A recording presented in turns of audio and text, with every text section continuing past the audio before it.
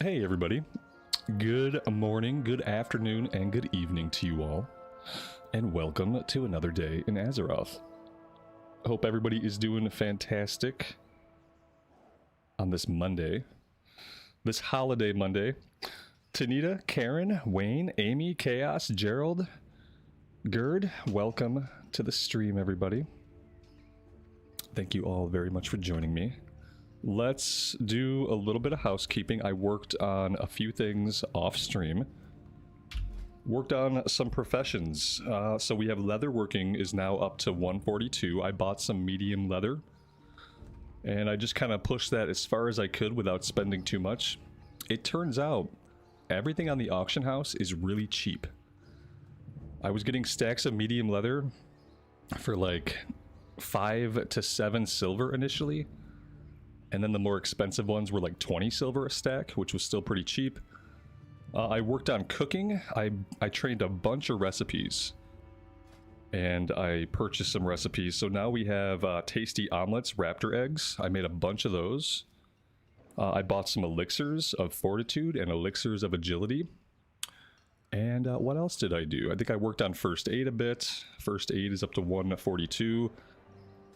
And I've got everything, you know, trained up to 225 now. So skinning can go to 225, cooking, first aid. The only thing I don't know where to train leatherworking past 150. So we'll have to figure that out. I don't know if maybe that happens in Ironforge, maybe it's in Darnassus, maybe there's a random trainer hiding out in the world somewhere. But that's the only one I haven't been able to do my expert level training. So maybe we'll figure that out at some point today. Inventory is looking pretty good. And yeah, I think we are basically good to go. I caught a Dragon Slayer buff. And I think we're going to go into Duskwood today. So, yeah, I think we got. I don't think we have the Duskwood flight point. I think we have to go to Red Ridge. So let's do that. Let's jump on a flight. We'll head over to Red Ridge. I'm going to take a look at our quest log and I'm going to clean it up and get rid of anything that we're not planning to do. And then also at some point today, I want to do Stockades. So when we're in Red Ridge, I got to pick up the Stockade quest. Leatherworking is in Ashenvale. Really? Man, I was just in Ashenvale. Greetings. Yeah. But then again, when we were there yesterday, I don't think I was at the skill level to train it yet. It's just at a random place in Ashenvale. Interesting.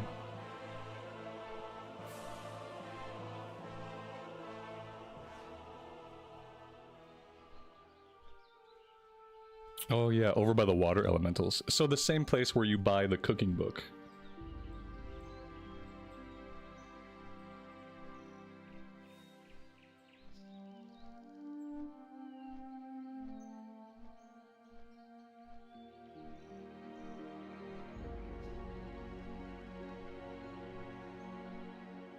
Fair warning, I got a rough night's sleep, and I just woke up like a half hour ago, so I'm gonna be a little bit slow starting things off today. Just a wee bit slow, and probably a little bit stupider than I usually am. Now, Dave, that makes sense. There's a lot of things right there at that outpost. You get the cooking book there, so it kind of makes sense that there's other stuff there. I kind of remember there being a leatherworking trainer. It's at the Silverwing Refuge, pretty sure, like right here. Seems right. There's a skinner there.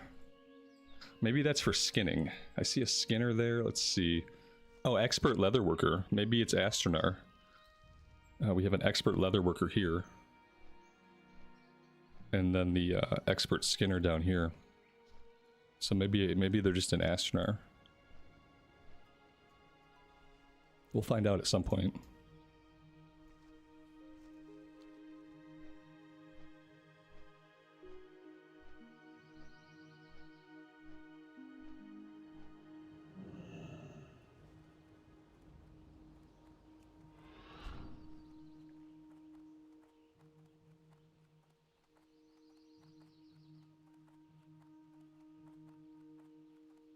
It's in Darnassus. Well, there we go. I wonder why. Why should the Night Elves have a monopoly on leatherworking?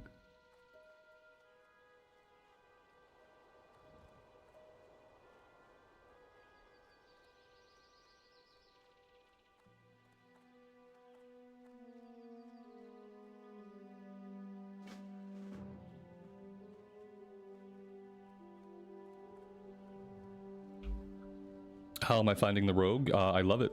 It's gonna be my raiding tune for TBC. Yep. I've had to... Me and the DPS warrior had to break up. I can never get into groups without being asked to tank. And I just got sick of being asked to tank, so... we are a rogue main now.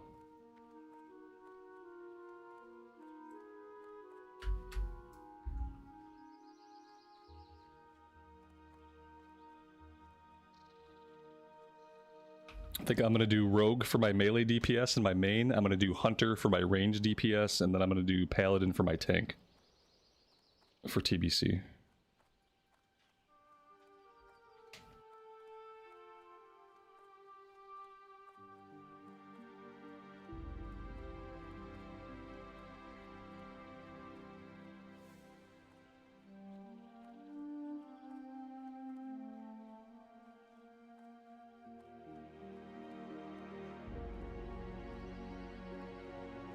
Yeah, exactly. You can't be forced to tank on a rogue. It's just it's a lesson that you learn over and over again. If you play a class that can heal, or you play a class that can tank, people are just going to ask you to do that, and it makes sense. Because there are never enough tanks, and there are never enough healers. So the only way you avoid that is by not playing a class that has any of those buttons.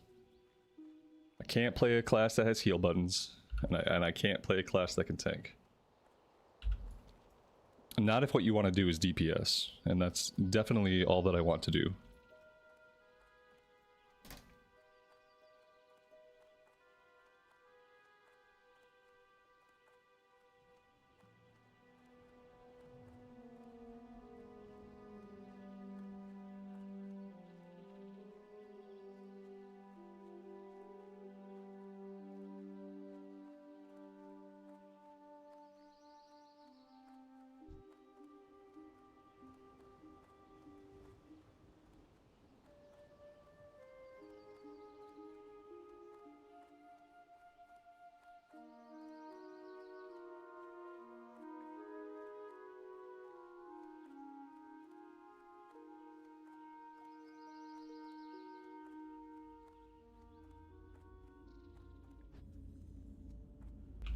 The druids get the same treatment. Yeah, exactly.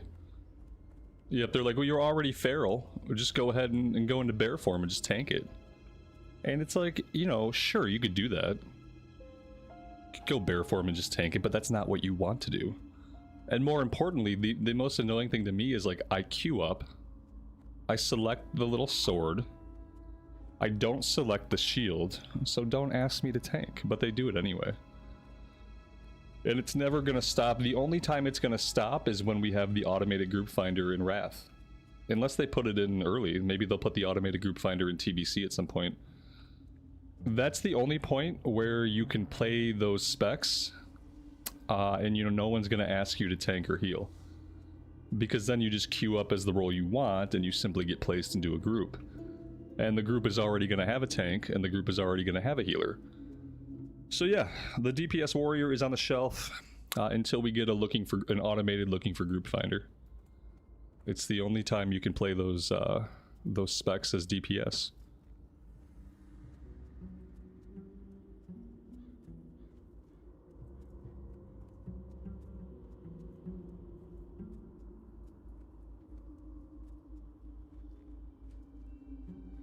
Yeah, it's always been weird to me, like, a tank and a healer, those are the most important roles in the group, obviously. So, like, to coerce somebody into doing one of those roles when they didn't want to do one of those roles, it seems like you're just kind of setting up for an unsuccessful run. I think I've seen 2 tanks in hardcore get killed because they were DPS warriors who did not want to tank. And the group convinced them just to go ahead and give it a shot, that it would be fine. And it wasn't fine, and they died. I've seen at least 2 tanks in hardcore go out that way. Like people who had no interest in tanking, who were coerced into doing it, and it didn't work out. Bummer.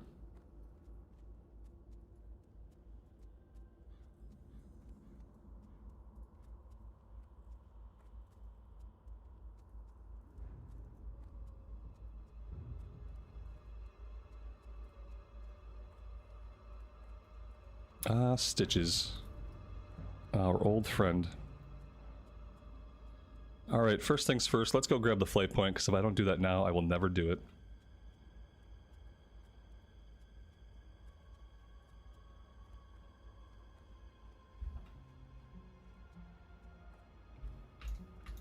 Need help? Have a good one. Yeah, in those instances, I'm pretty sure that the 2 times I'm thinking of, I think everybody else in the group lived besides the tank, because we just ran, you know? What happened with, you know, the inexperienced tank overpulls, and then everyone else pieces out. I'm just gonna grab basically everything here, unless it's orange. Gotta go to Raven Hill, gotta talk to Abercrombie, gotta deliver supplies to Sven. Let's also set the Hearthstone here.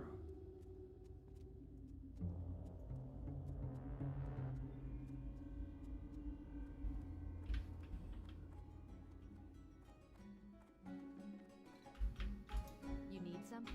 Light bless you. Be careful.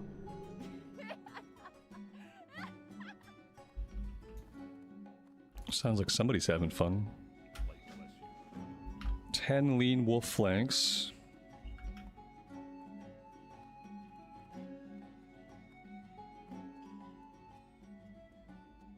Hello.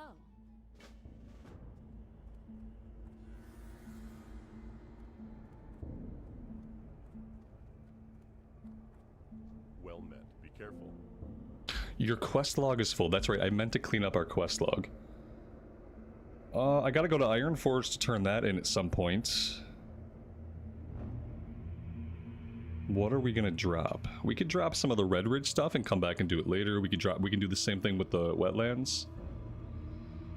I'm gonna drop some of the Menethil Harbor quests, and we'll just grab them the next time we're back in that area. The Giant Crocolisk we can drop, Third Fleet we can drop. Okay. Need help? That should be good. For the Alliance.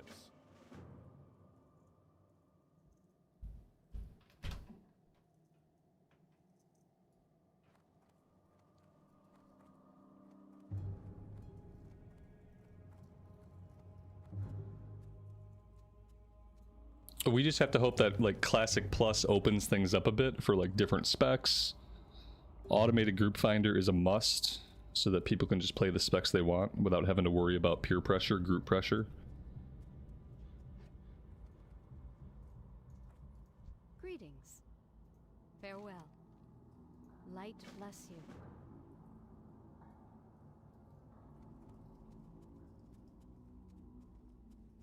How far can Stitches be pulled? He probably has a leash. You can't get him to, like, a city or anything. He runs right into town all on his own. Alright, so what are we doing first? I think we're just heading south here. Again, sorry guys, I had a rough sleep, so my brain is still foggy. I haven't drank a lot of coffee yet. And I'm gonna be a little bit slower and a little bit stupider than I normally am.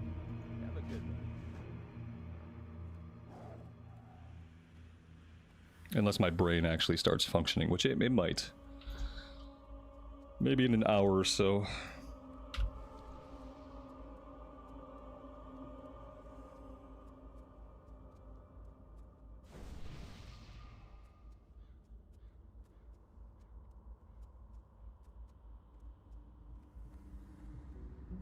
I did dodge the norovirus. Yeah, it was touch and go for a couple days. Like, there were like 2 days back to back. I felt queasy for most of the day, and so I didn't eat a lot. I spent 2 days just not really eating, not really having an appetite. But I never barfed. And avoiding the barf is the important part. Oh, because I hate it. So yeah, I seem to... I'm 80 hours in, so I still have a stopwatch running from the last time my son expelled his innards. And it's been 80 hours since I was exposed. So I think I'm okay. I think I had some mild symptoms. But I feel like I'm in the clear. What spec am I? I am combat. We're doing like full combat swords for this one.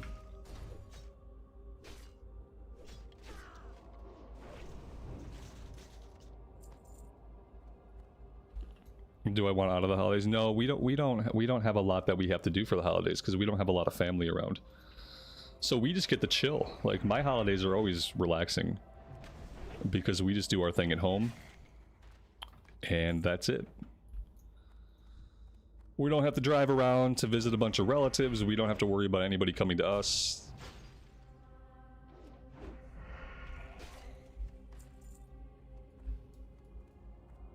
And that's kind of how we like it.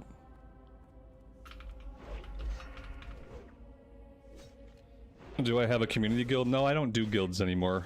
I had a bad experience with a guild that was supposedly a community guild, and after that I decided I wouldn't do it anymore. I never wanted to have a guild to begin with. I got like talked into it. I did it. It ended badly for some people. And now I'm just in a friends guild. And I just I don't have time to run a guild properly, and so what happens is like a guild forms around my community and like around my name. But since I don't have a lot of time to manage a guild, like stuff happens in the guild. And you know, things can get out of hand. So, long story short, I had somebody who I thought was like a normal person. They ended up stealing everything out of the guild bank. They didn't remove themselves from the guild. They stole everything out of the guild bank. They left one of their alts as guild master. And they basically screwed everybody who was actively raiding at the time who didn't want to come with them to their new guild. And it happened because, you know, I wasn't really engaged with the guild. I wasn't raiding with them at the time because it was Cataclysm, and Cataclysm is garbage, and I didn't raid Cataclysm very much. And after that happened, I was like, I'll be in somebody else's guild. And so any guild problems that happen are not associated with me.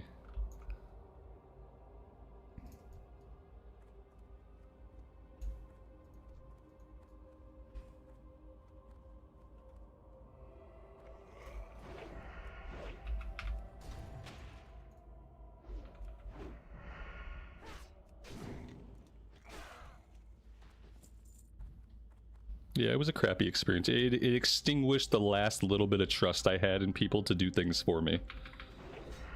I just decided, like, if I couldn't handle something myself, if I couldn't run a guild myself, then there just wouldn't be a guild.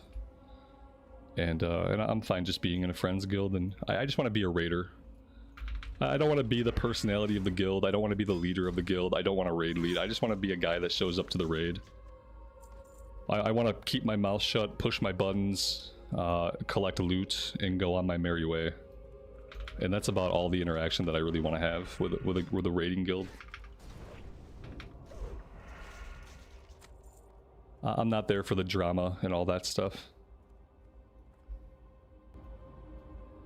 But some people are.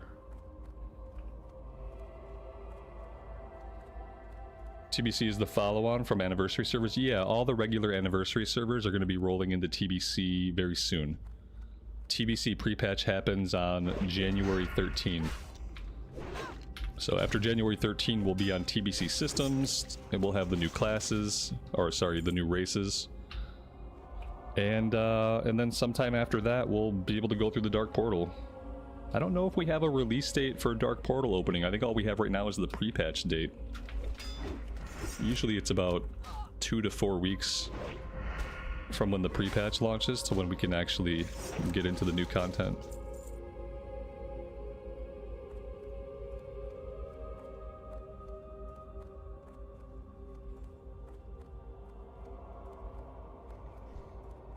Yeah, well, the problem is you can have a guild full of great people, and it just takes one or two tilted people to ruin it forever, and that's what it was. It was basically one guy. You know, he wasn't. It seemed like he wasn't happy with the versions of WoW I was choosing to play. He was not happy that I wasn't raiding with them, basically, right? Like even though I told him over and over again that I wasn't gonna raid a lot. And I didn't know if I was going to raid at all, even though I was very upfront. It just seemed like this person got more and more upset that I wasn't raiding with them. Like maybe they saw that they went through all this effort and then I wasn't even in the raid. And then eventually they just got super tilted. And they robbed the guild bank blind, which didn't negatively impact me at all, because I didn't raid. I wasn't very active in Kata, but it screwed a bunch of people who really were active. You know, you can screw me over and I won't be offended, but if you screw over a bunch of innocent people, that's really gonna piss me off. So, after that I was done.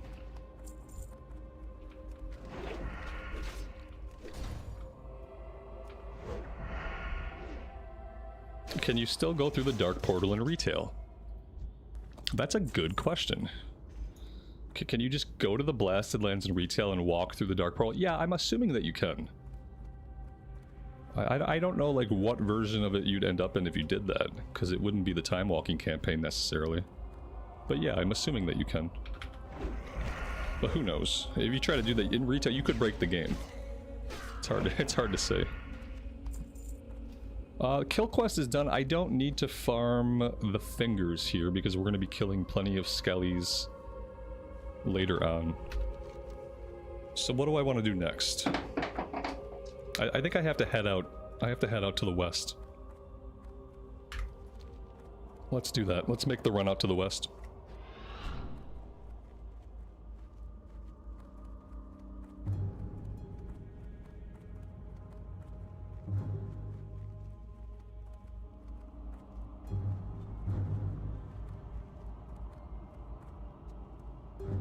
You'll probably end up in the mall. Yes.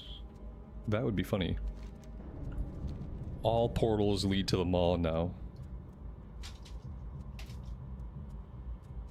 And the mall is the new player experience now.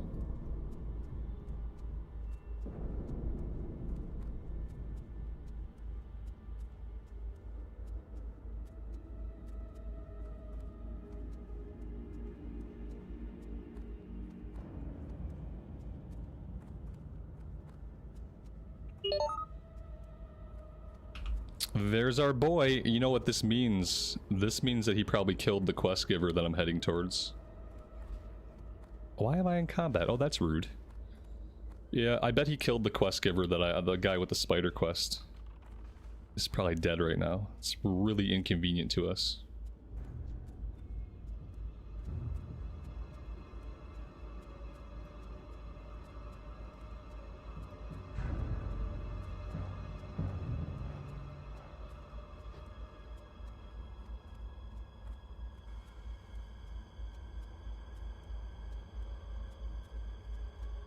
Are paladins fun to play? In classic era? I mean, I think they are. But I'm a person who I love just auto attack builds. Paladins, you basically have like a 2-button rotation on paladins. I think they're very cathartic to play. I macro my 2 buttons into 1 button. And then I play with like a 1-button rotation on my pallies, and I have a good time. But I'm sure there are people who think that's slow. But it's classic, so like everything is slow. Some things look fast, like the rogue looks fast, but you're not really doing a lot. It's just that on the pally you're doing less. Let's see. I think my guy is dead. For some reason these people get to live, and my quest giver is not alive. We're gonna have to hang out here for a bit, I think. Because I really would like to get the quest, unless we just want to skip that quest, which we could do.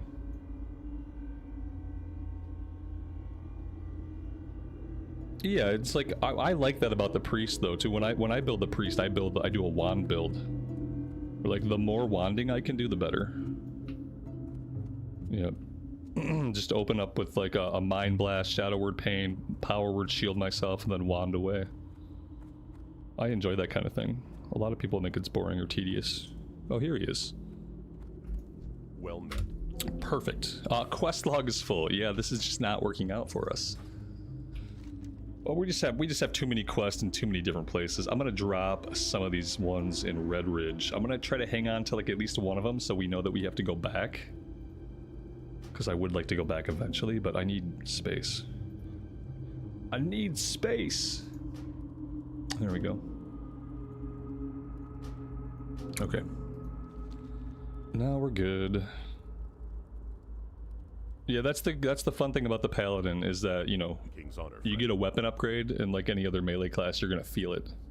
Be careful. On the contrary, if you don't get a weapon upgrade for too long, you're gonna feel that too. It's gonna feel pretty bad. Yeah, Paladins are great though. Very survivable. Early on, like levels 1 to 25, maybe even like 1 to 30, you're gonna feel really strong. You'll feel a little bit weaker, like as you get into the high 30s and 40s and stuff. Combat gets a little slower, but like early on, you're gonna feel like a powerhouse, and you're gonna be basically unkillable.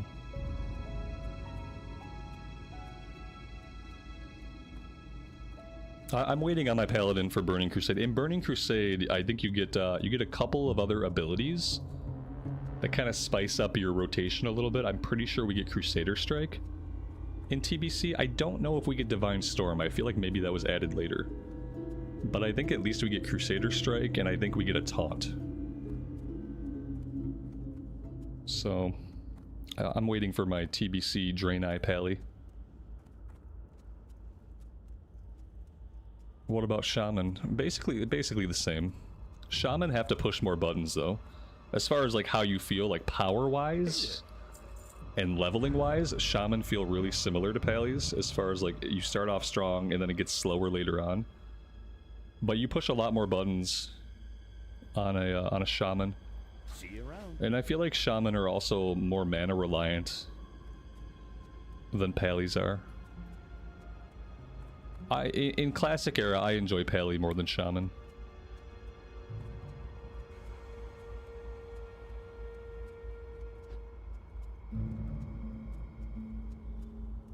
Yeah, the good thing about a Shaman is that you can choose whether you want a melee or ranged.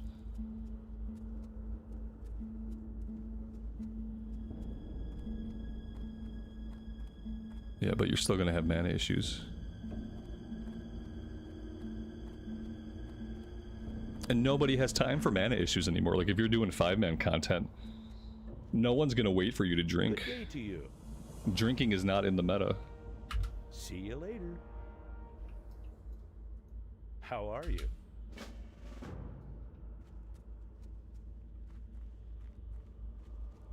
Do we get the shield throw in TBC? We might get the shield throw. I don't know about all the abilities they add to the Pally in TBC. They might get the, is like Avenger's Shield?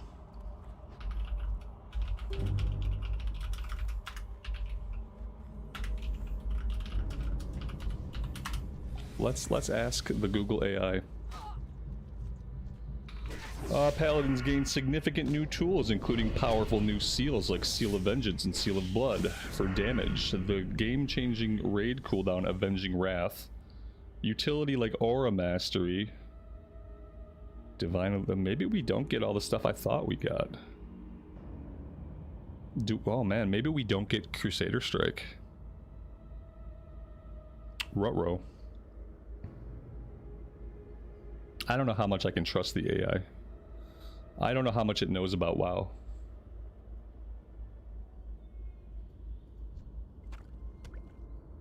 Righteous defense is the taunt. Okay, so we get taunt for sure. I didn't see Crusader Strike, so that might be a Wrath of the Lich King thing. Huh. Yeah, the AI is stupid then. It doesn't know.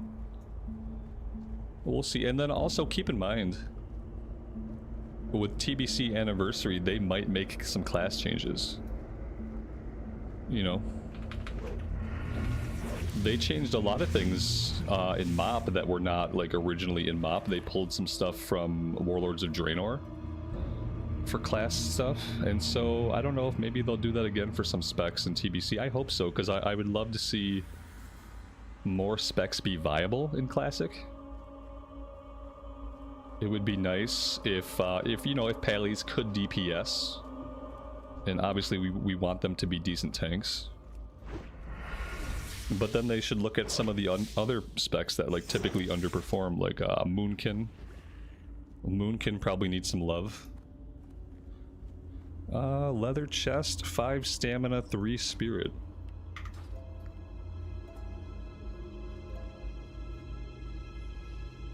I think since we've had TBC Classic once with no changes, I think they should make changes this time around. Balance out some of the specs that nobody really wants to play because they're not part of the meta.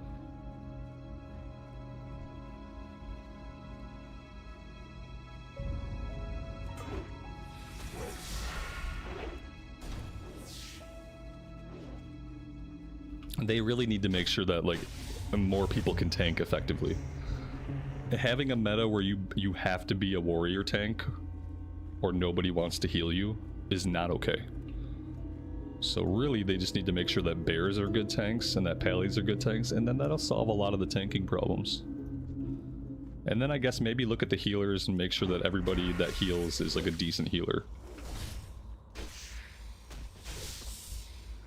And the stuff like that could go a long way. Stuff like that could go a long way without making major revisions to the specs. They could just balance some of the power a little bit. Just make sure things are comparable. You know, you should be able to main tank on a druid. You should be able to main tank on a pally. Shouldn't have to be a warrior.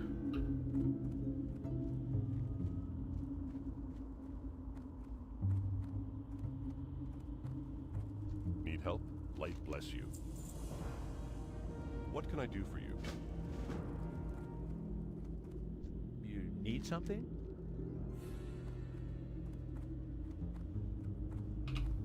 CNET, welcome to the stream, buddy. It's been a while. Thanks for showing your face around these parts today. How goes it? Guild's looking really active, man. Great job. Every time I look, there's a ton of level 60s on.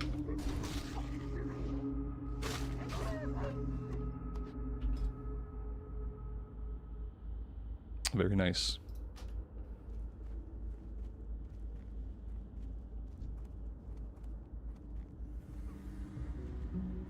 We were talking about guilds earlier. CNET is my guild leader. I just hang out in his guild.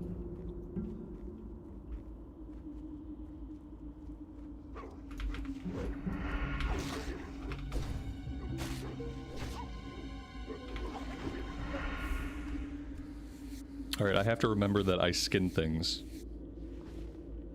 on this character.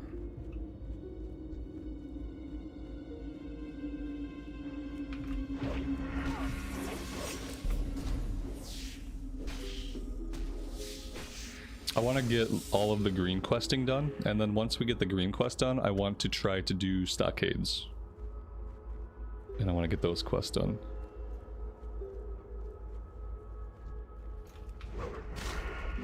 Yeah, we were talking about like tank viability in TBC. Whether or not other classes besides warriors were going to be able to tank or not. For my part, I never plan to tank again. And you know, I've also had to retire the DPS warrior. So. But, you know, it'd be nice if people who want to tank had more options.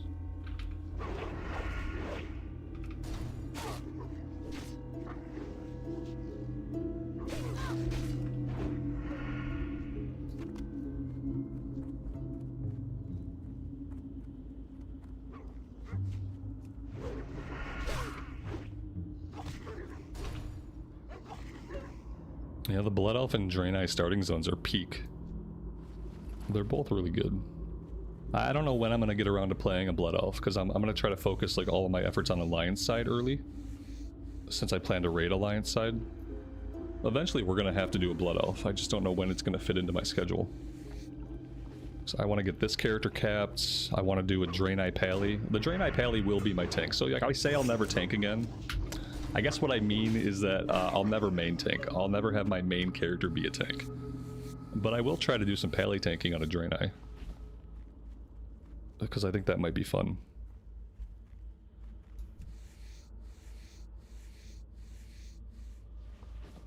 Oh yeah, prop warriors are only on top for phase 1. After that it's Pally and Druid. Yeah, I'm gonna get my Paladin up, but I'll probably never tank a raid though. You know me. I don't mind tanking 5-man stuff, but I don't see myself ever tanking a raid. Too much communication necessary. I hate having to talk in raid and call stuff out and be responsible for things. I also like being able to completely fail at my job and not have it affect everybody else. You know, like if I fall in a hole or something. I can off tank. I could off tank. Right now heroic dungeons are harder than raids. I read something about the heroic 5-man balancing. I read like a blue post or something that said something to that effect, like they were gonna make it harder, but like when I read it, the logic of why they were making the 5-mans harder than raids didn't really click with me. I didn't really get it. They were like, we want raids to be accessible, so we've made 5-mans hard as hell. And I'm like, wait, what? Here's the reality, like, the 5-man heroics are supposed to be your gateway to raiding, not the other way around. You don't want easy to get into raiding so that you can then go do 5-man heroics. So I hope that wasn't how they meant it, but that was how I interpreted what they said. That they had made 5-mans harder in an attempt to make raiding feel more accessible. Which makes no sense. Blizzard logic, yeah, it doesn't make sense. A lot of times when they have these stupid ideas nowadays, they'll go back on it. You know what I mean? If the heroics launch with that increased difficulty, which they probably won't, but if they do, like, they'll roll it back. And if the raids are too easy, they'll scale them up. Like, but yeah, it's Blizzard logic. It sounds like people won't do either now. Yes, exactly. Because the point of TBC, and one of the great things about TBC, is like you do the heroics to get your dungeon set. You do the heroics, you get your dungeon set. That's how you know that you're like getting geared up for raids. I remember, you know, doing Black Morass a million times, looking for a piece of my bold set that never dropped.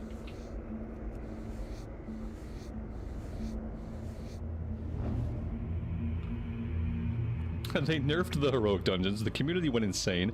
Now the heroics are harder than the raids. Oh man. I don't know what they're doing or what the point of that is. I don't really care, like I love hard 5-mans. I just think like you can't give me better loot in a raid that's easy if the 5-mans are really hard. Like the loot has to be equal to the effort involved. And no one's going to be happy if the loot from 5-mans is better than the loot from raids. So they're going to have to figure out, I mean, do they need difficulties? Are there heroic raids? Because it's okay for a raid to be easy as long as there's a harder version of that raid with better gear. Yeah, so pug raids and guild 5-mans. That's exactly what it sounds like. And I understand, like, they want people to be able to pug raids, because they looked at Season of Discovery, and they were like, wow, like, people will pug lots of raids, you know, if we make the content accessible. The pug raiding community can function, it can exist. And so they want to make the raids puggable, which I get. I mean, you do that with difficulty settings. You just do it, you have a normal mode and a heroic mode. And then people can pug the normal mode for the loot pinatas. And then when they want better gear and they're geared up, they can go get a guild and do heroic raids. It's really simple.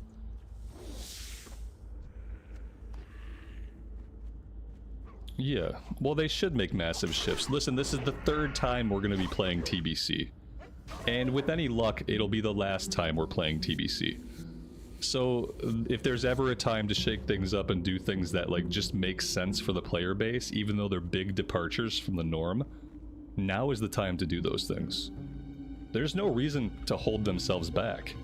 as far as like coming up with solutions to their problems. They could come up with any solutions they want. Like, who cares?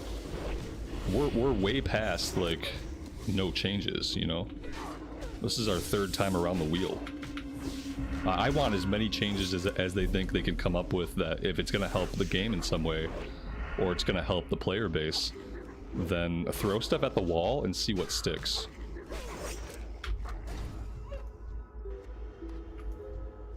That's the same thing with the automated looking for group finder. Give me the automated looking for group finder. Just make changes. Make a bunch of changes. Just make sure that the game is super fun. Make sure there's accessible content, and then make sure there's also really, really hard content. That's all people really want, you know? They want to be able to see content and have it be accessible. And then on the other hand, they want there to be really challenging content. And you can have both. It's easy.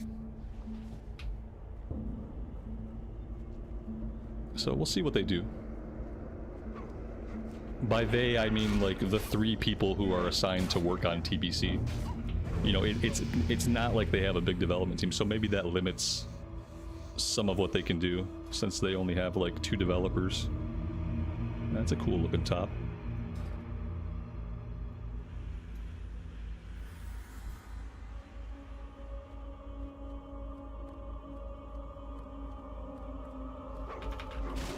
Heroic raids aren't real. We're just speculating. Heroic raids didn't come into the picture until what? After Wrath?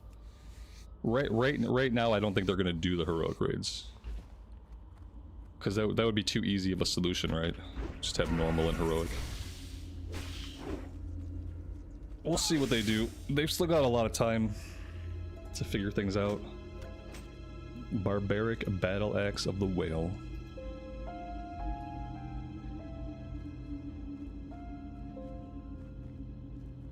Oh, is the gear in Heroic 5N's better than raid gear? It isn't originally, no. No, originally the whole point was you put your dungeon set together, found yourself some good rings and some good trinkets by doing the 5-man heroics, and then once you got all that stuff, then you went into raids. And so that's what I'm saying, like, I don't know how you decide to make the 5-mans harder than the raids, because the heroic 5-mans are your gateway into raids, and that's how it needs to be. That's how it needs to be. And so, like, you know, you can do a couple of different things.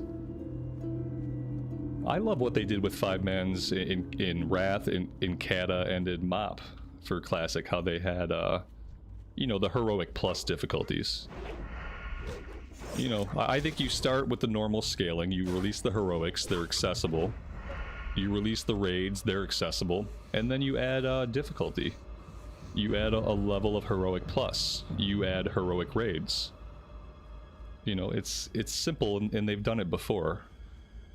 So I am really hoping that eventually we get, you know, harder. I like the 5-mans being harder, but I want them to be harder through a difficulty choice, not just by default.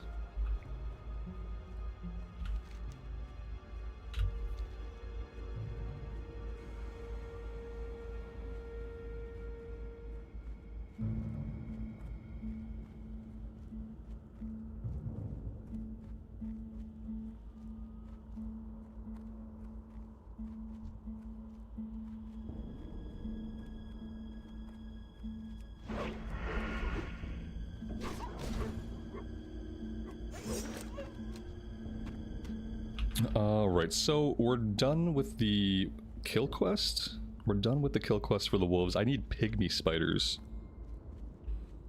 I need pygmy spiders, and I think I'm gonna need meat from the wolves. Yeah, lean wolf flanks. We have 6 out of 10. Let's start heading back in this direction. And then I also have to talk to Abercrombie. I've just kind of been on autopilot.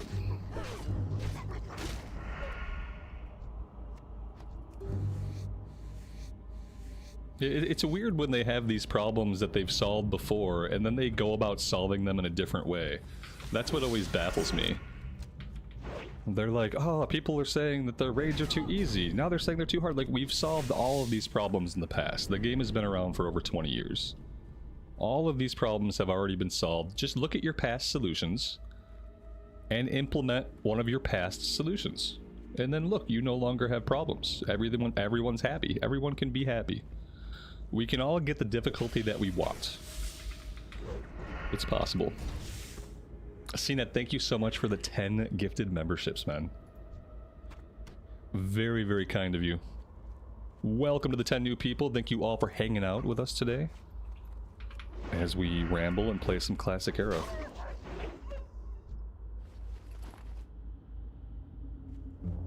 Now, Robert, you know not everyone will be happy. This is true. Everyone that we care about will be happy, you know. Obviously, people who are like permanently tilted will never be happy.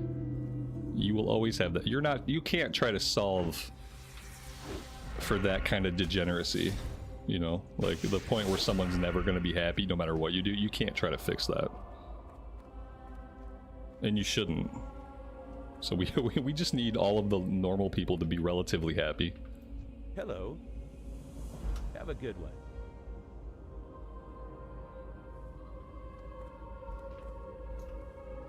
Hey there. See you around.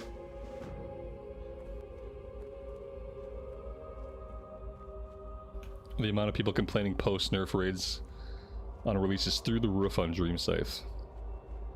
Yeah. And it's funny because I wonder, like, of the people complaining, like, loudly and vocally, how many of them actually raid?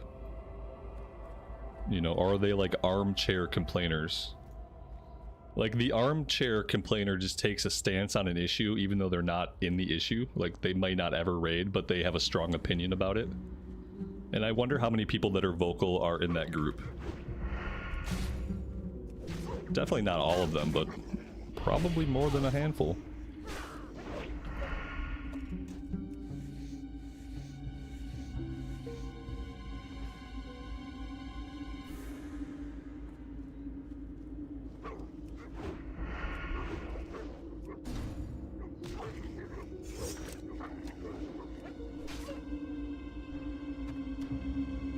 I'm just gonna be happy to be playing TBC.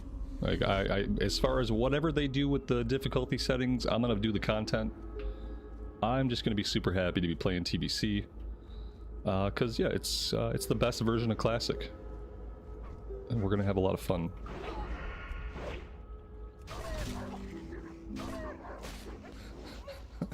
Leave the Cowboys alone. Those poor Cowboys. Those poor Cowboys fans.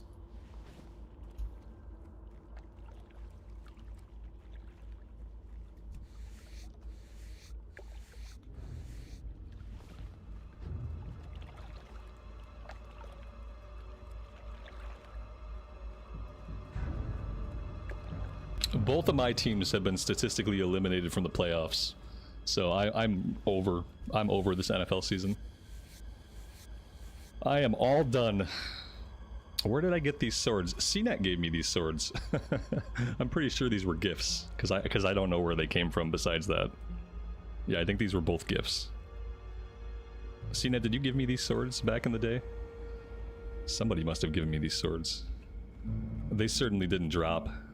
I know I didn't get 2 level 20 blue drops in Classic Era, so... Oh, Fiery Weapon would be amazing. Oh, speaking of Fiery Weapon, I could put poisons on. Yeah, we had a talk yesterday. I wasn't sure if poisons and Fiery Weapon stacks. It does. Having poisons and Fiery Weapon on, like, at-level blue weapons would probably be an insane amount of damage.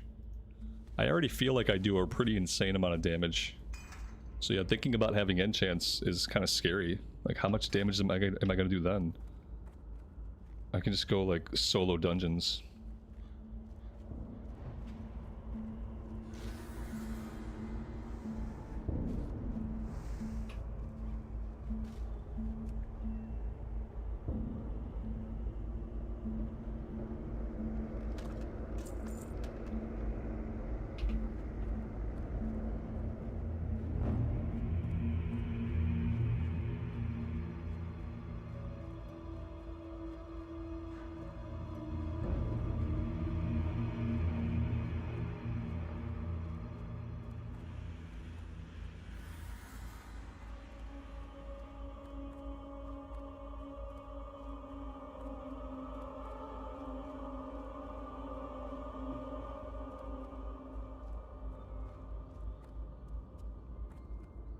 I kind of wish they'd have done the pre-patch like closer to Christmas time, because I've just been waiting for Christmas to be over so that we can get into January, so that we can get to the pre-patch.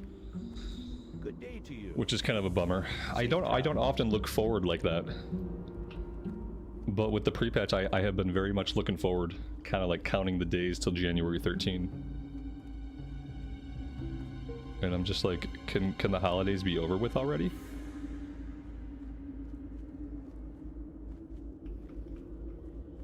Right on, I'll probably be in Stormwind at some point. I know eventually I'll have to go to Stormwind to buy seasoned salt. Or seasoning herbs for my lean wolf flanks.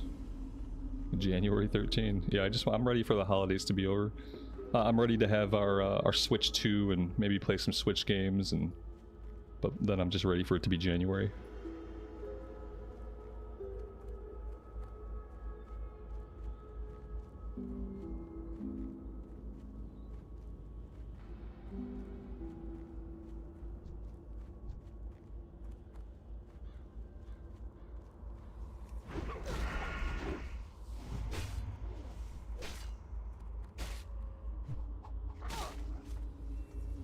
Man, I knew he was going for that, and I really wanted to get that tag. But I did not get that tag. And if he came from this way, it probably means he's cleared all the spiders in this direction.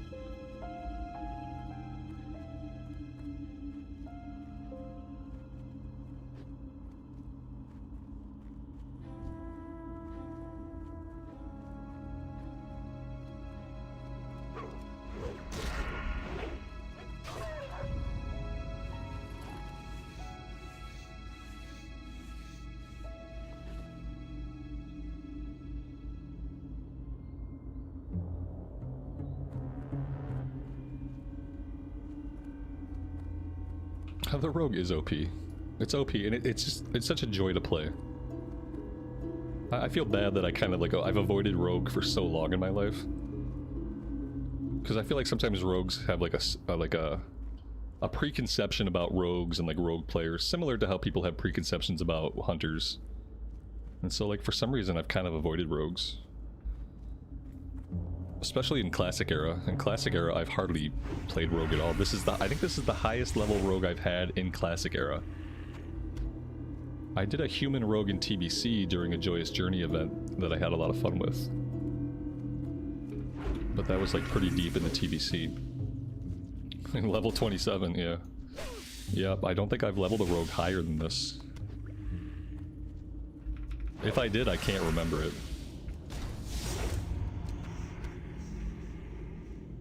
Speaking of level 27, I was waiting for level 27 for something. I can't remember what. Oh, you know what it was? It was just my elixirs. Yeah, the elixirs that I'm not using, right? I bought these elixirs, and I was like, I'm gonna be professional. From now on, I'm gonna have elixirs and buff food, and so I bought them. Just haven't been using them. No, don't interrupt my eating. Don't interrupt my eating. Oh, so rude. Wasting my raptor omelets. How dare you? What was that? Ooh, what is that? A green carapace shield. I don't know if I've ever seen that item. Green carapace shield.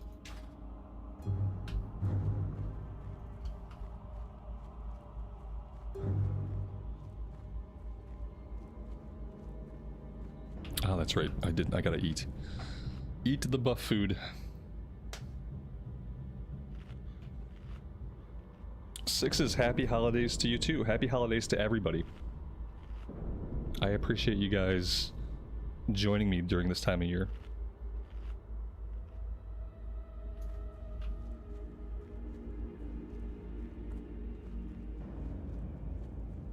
I think my son is on vacation until like January 5. So we should be able to do a lot of streams if you guys are down. Should be, it's a season of streaming.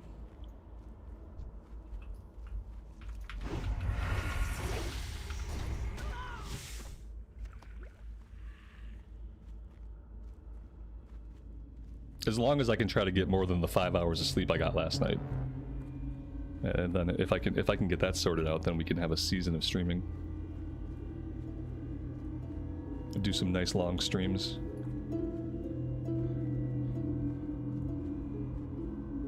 I don't want to say that I want to get this character to 60 before the pre-patch, because I don't even know if it's possible time-wise.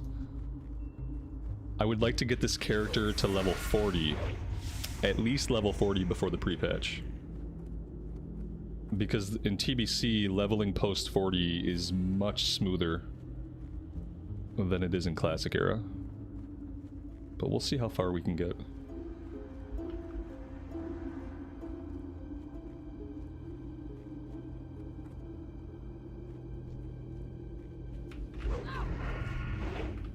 Yeah, I mean, honestly, I don't stream a lot right now just because my daily schedule with my son going to in-person school and it being a little bit of a drive. It's a 37-minute drive to get him to school. And then, of course, it's a 37-minute drive to get myself back home. And then in the afternoon, it's a 37-minute drive to go to his school. And then it's a 37-minute drive to get myself back home. So I spend about 3 hours in the car every weekday. And, like, it's like the 3 hours I spend in the car is, like, most of my streaming time, right? And so it is what it is. It's worth it because his school is awesome and he loves it. But it eats up a lot of my time in a way that my time has not been eaten up in years. And like at first when he went back to school, I did try to keep streaming, but it just wasn't working. It just wasn't working. Other stuff that needed to get done was not getting done.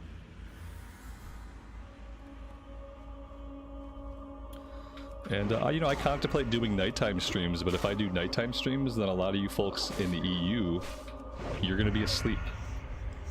You know, you're not going to be able to come hang out. Because if I stream in the evening, it's going to be, like, way past midnight for you guys. And, like, for some of you, that's cool, but for a lot of you, it's not. And so that's why I haven't tried to, like, find another time slot or anything. Because I just feel like too many of you guys wouldn't be able to be here for it.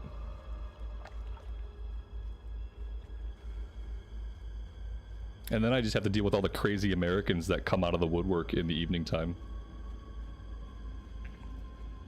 I usually get a lot of trolls. And anytime that I stream past like 5 PM Eastern Standard Time, that's when the trolls come out. We don't really like trolls around here.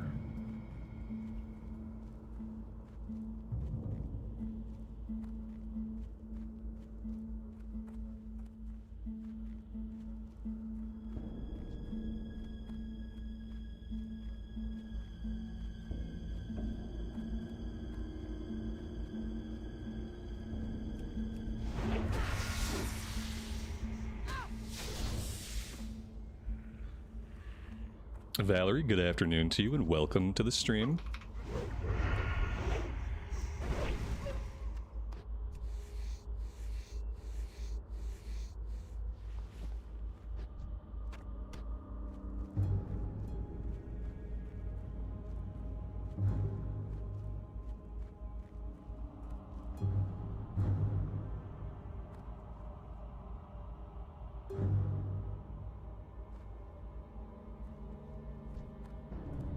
I really need to clear these green quests so we can actually go do stuff that's worth XP. It is painful to my soul to fight so many mobs and to have them give me basically no XP. How many more do we need? We need 4 more of these pygmy spiders.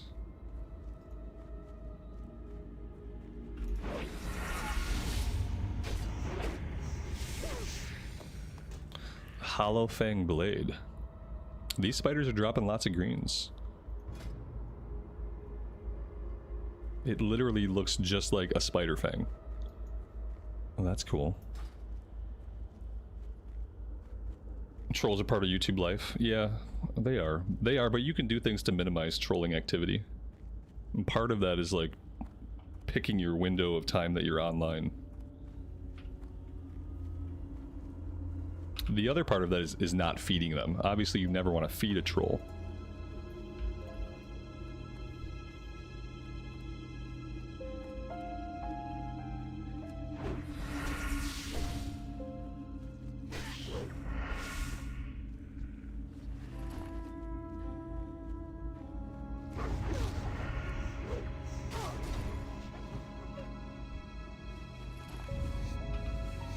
Yeah, I think the only day I probably won't stream is I probably won't do a Christmas Day stream. But I'll probably do like a early, like a Christmas Eve stream.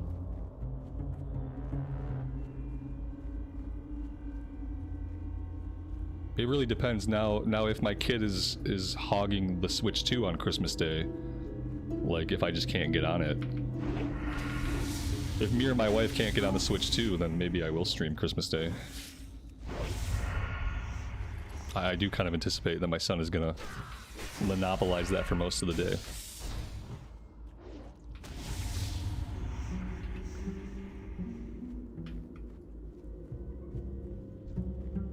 But if he starts his Pokemon run, then I want to be there for that. If he just wants to play Kirby Air Ride, then you know, whatever. But I do want to see at least the start of his Pokemon journey.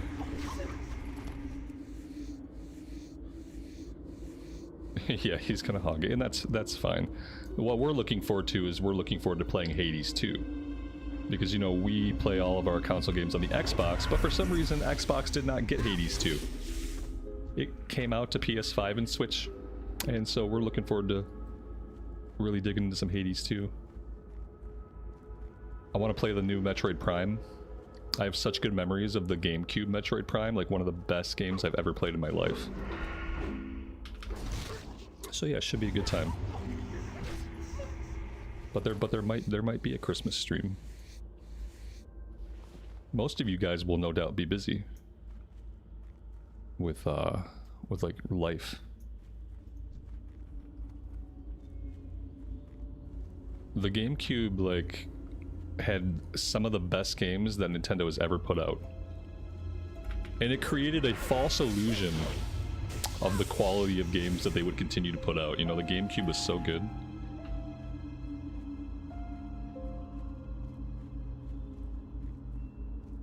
I did so many Resident Evil 0 runs. I was going for all the cosmetic bonuses and stuff, and that's something that like I never do, that kind of thing. But it was so good and so fun that I just did like so many challenge runs of Resident Evil 0. Wind Waker was big. I love the gimmick of having my Game Boy SP like connected, like a little map. That was a fun little gimmick.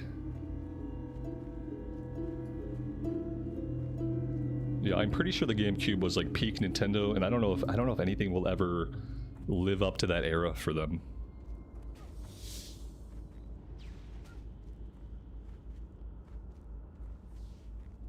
I mean, Resident Evil 4 was a masterpiece.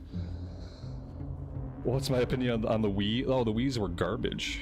That's what I'm saying, is like they made the GameCube and you were like, oh my god, Nintendo is a contender. Nintendo is amazing. This system is amazing. And then they went on to make the Wii. And you were like, oh, what happened? And then the Wii U was like them getting their feet back under themselves and realizing like we can't just make a gimmick. We have to actually make a game system. Yep. And then we got stuck with the Switch, the Switch 1 for years, and the Switch 1 had the computing power of like a graphing calculator. So that's been pretty tough. All right, we are done. We're done with all this stuff. Let's run back to town. We need to make a stop along the road here and turn this one in. And then we'll see what's next. I'm sorry that all I've been doing is talking nonstop. You would think when you're tired, you don't get a lot of sleep, you'd think I would talk less. But that's often not what happens. I talk more, and it just makes less sense. So, yeah, that's where we're at. And I'm gonna need more coffee soon, because I've been guzzling coffee and it still hasn't really had the effect that I would like it to have. I figure like another bucket of coffee should do it. A 2-liter maybe.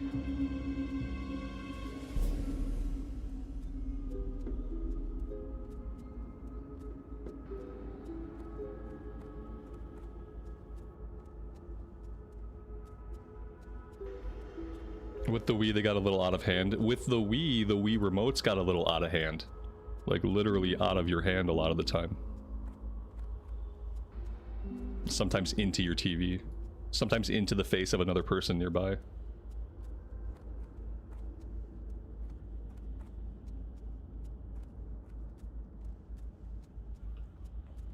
Some people are here for the rambles.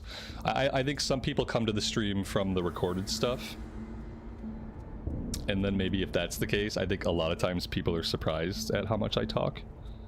And about, like, the things that I talk about. I think people are often surprised when they come to the stream from just the recorded content. Because it's obviously a different vibe when we're hanging out.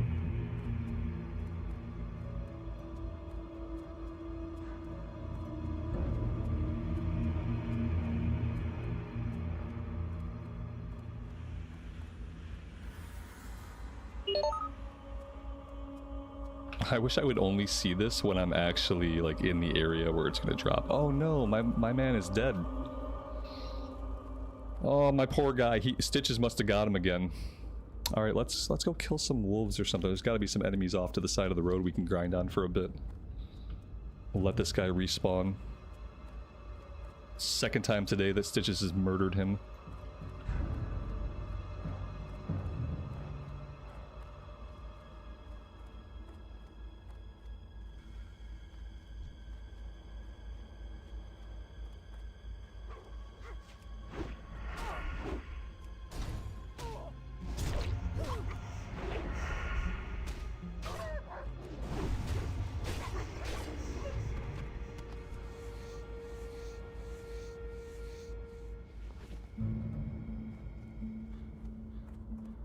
Did I dip into that ultra hardcore phase of classic?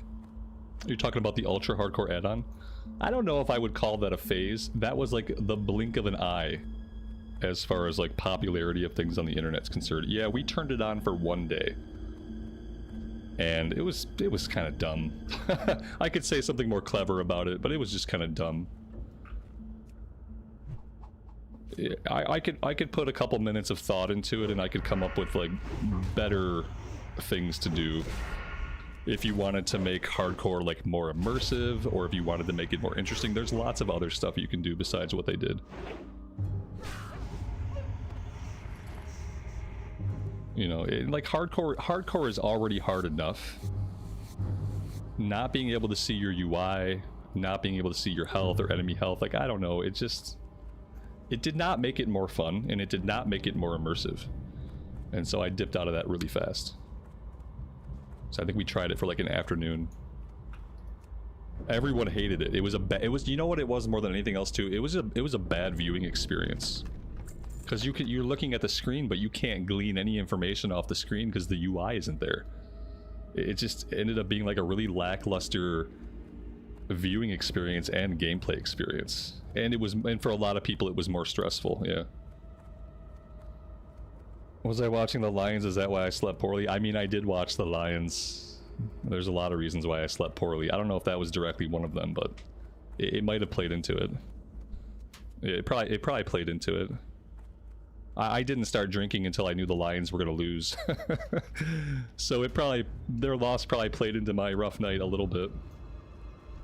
I don't know if I want to be fighting these guys. Alright, let's go check on our buddy and see if he's respawned yet.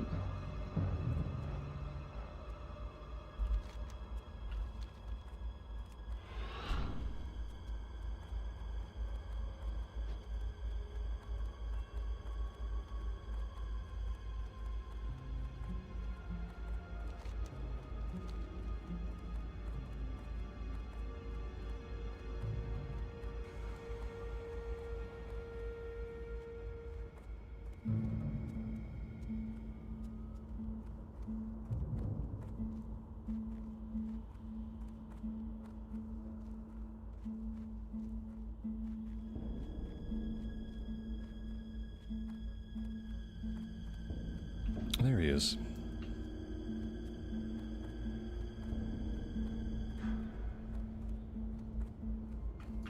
Greetings, for the Alliance. Here's a question. Does the Jitters questline chain into anything important, or can I turn in this next one and then just kind of forget about Jitters? His quests are like really low level. And at that point, I don't even know if that's going to be worth XP. Do I want a hearth right now? No, I think we'll save the hearth for now. And we'll just keep running down the road. Oh, dear God. For a minute, I thought that was Stitches. Temporary anxiety.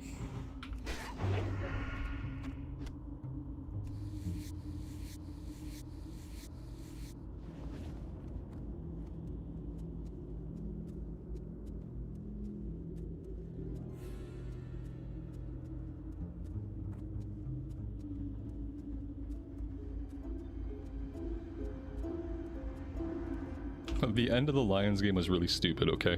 I loved it, like, the refs had a 10-minute conversation, and then they were like, blah, blah, blah, blah, blah, blah, the game is over. We're overturning the touchdown, we're throwing a flag. Oh, and also, while we were talking about all that, the game clock ran out, and the game's over now, by the way. Everybody go home. Oh, the amount of hate that one must get as an NFL ref must be, like, incredible. I'm assuming that none of those people are on social media at all. Because, oh my God, I am so sick of entire games and entire seasons being completely decided by conversations between zebras. I'm just so fucking sick of it. It gets me to a point where, like, between the refs and the flags and the injuries, it gets really hard to enjoy the NFL, which sucks. But yeah, I'm so sick of, like, seeing the outcome of games completely decided on the opinions of people. Especially, like, you know, you think about video games. Unless a video game is broken, the rules execute the same way every time. Unless there's a bug or the game is broken. If it's a functioning video game, the rules execute every time. There's no debate, there's no question, there's no wondering. There's an input, there's an output, the rules happen. And then you look at the NFL, and there are so many effing rules that are going on all at once, and it's just up to whether or not the ref wants to throw a flag at any point. You know, they could throw a flag at basically any moment. There are like 5 penalties happening somewhere on the field at any moment. A lot of it's holding, a lot of it's interference. And at any moment, a ref could just throw a flag, and it just, like, it comes to completely tilt the outcome of entire seasons. And I'm just sick of it. I think next year I have to find, like, a better way to spend that 10 hours a week besides sitting on my ass and watching football. Well, that's 10 hours I could be streaming every week, you know? Can I help you? 10 hours I could be recording more content. Be careful. See you around. Cause yeah, I'm just kind of, I you know, and I've enjoyed it for years, but I just, like, I'm kind of over it now. I feel like the interference of the rules and the refs, it gets worse and worse every season. Need help? And that's all I'll say. I know, it's like, we don't need to, I guess we can't turn it into an NFL stream, I guess. Be careful. It's not fair to some people.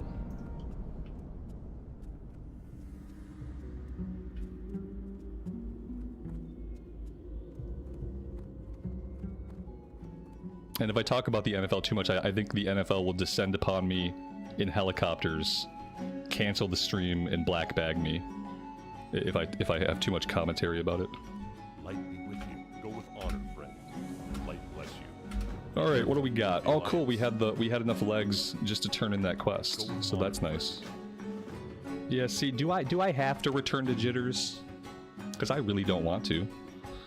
I'm just gonna untrack that for now. Let's go get the ghost hair thread. Oh, you know what else? Did I grab the bronze tube quest? I don't think I grabbed that quest. Yeah, I totally didn't. On my warrior, I got really lucky, and the engineering vendor here had a bronze tube for sale. Do I expect that's going to happen again? Probably not. But let's see. Interesting. Yeah, he doesn't. It was like a once-in-a-lifetime thing. He just happened to have a bronze tube that one time. Let's empty the inventory here.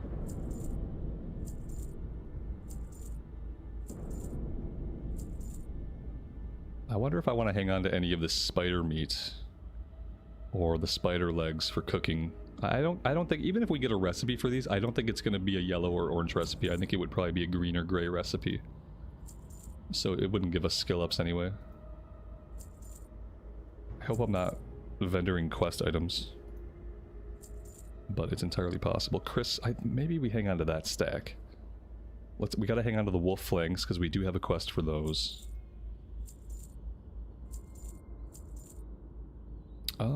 Okay, I guess that's about as good as it gets. Daylight's burning. We picked up a pattern at some point. Hillman's leather vest. That's cool.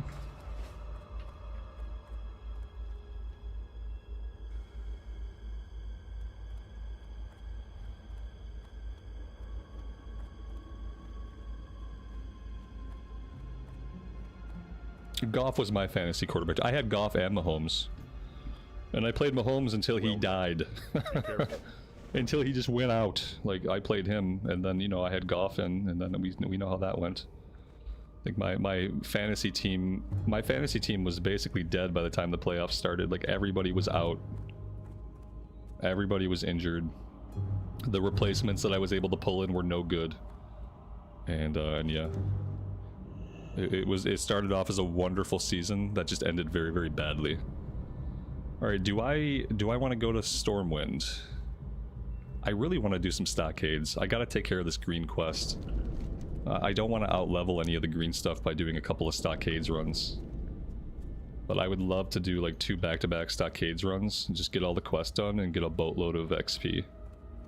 That would be awesome. What add-ons do I use? Do I not have that in the stream description? Let me check. Oh god. They changed, like, YouTube does this thing where, like, every couple of weeks they completely change how stuff looks. Like, how the page is laid out, where things are located, how to get into different sections. Like, they just, like, every couple of weeks they just go ahead and they change everything. And it's really annoying. I'm trying to check my description here. There we go. Oh, yeah, I have all the main ones in the description. Yeah, those are all the main ones. I might have like 1 or 2 small things like Auctionator that aren't listed here. But those are the big ones. I don't go overboard on add-ons, but we are using a handful of big ones.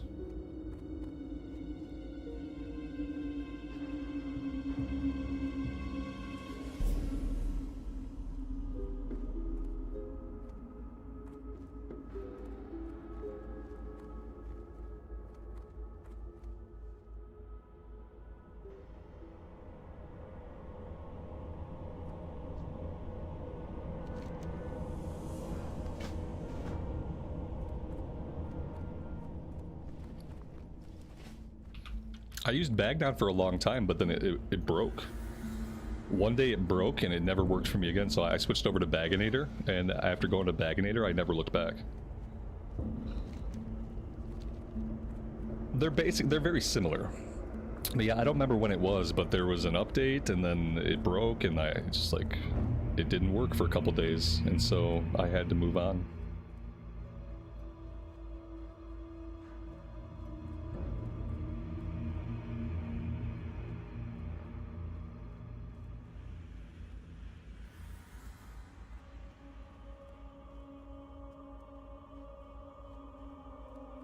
Alright, let's see. Stormwind Stockades. Nice. That is a nice, healthy looking queue. We'll see if we actually get an invite. We could put our own group together. If we go too long and nobody invites me, I'll just start my own group. Bless you. Be careful. Deliver the threat. Okay, this is level 24. We need the seasoning herbs, we need the bronze tube. I'm gonna get those from Stormwind. Do I want to run back out there and do this right now? I guess I can. I think, would it be faster? I feel like it's gonna be faster to fly to Sentinel Hill and then run from Sentinel Hill over to Jitters and over to Abercrombie. So let's do that. Let's just fly to Sentinel Hill. Maybe I'm delusional and it's gonna be just as long, but... What can I do for you? It's less effort for me because even if the time is the same, even if it's the same amount of time, like I don't have to run right now. And in fact, I'm gonna go get coffee. Yeah, I need coffee, guys. I'm sorry. I'll be right back.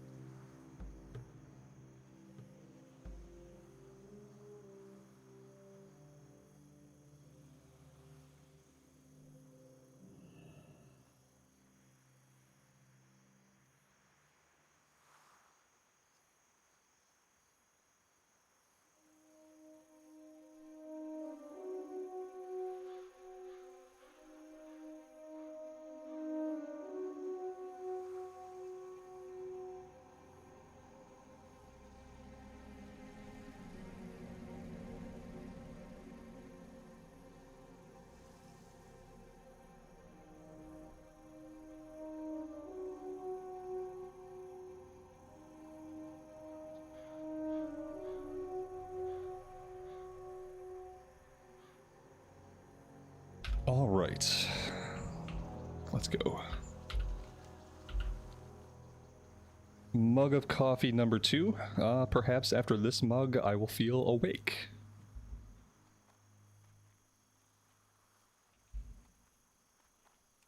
I guess putting myself in the queue and then going AFK was not like the smartest thing. I don't think I missed any whispers. How many rogues are in the queue? We're the only rogue. I should be getting an invite like ASAP. Here's what we'll do. Am I ready to do this yet, though? I don't know if I'm ready. Let's get our quest turned in. And once we do that, then I can take a look and I can put a group together.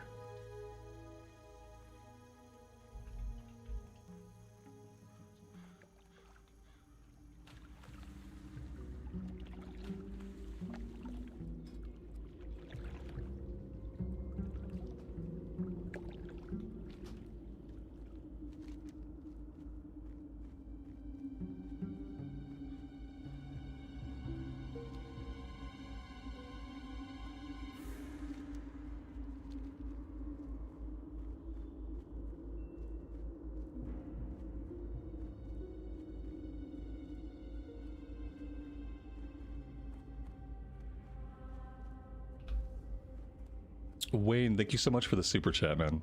I really appreciate that. That is very kind of you. Definitely appreciated.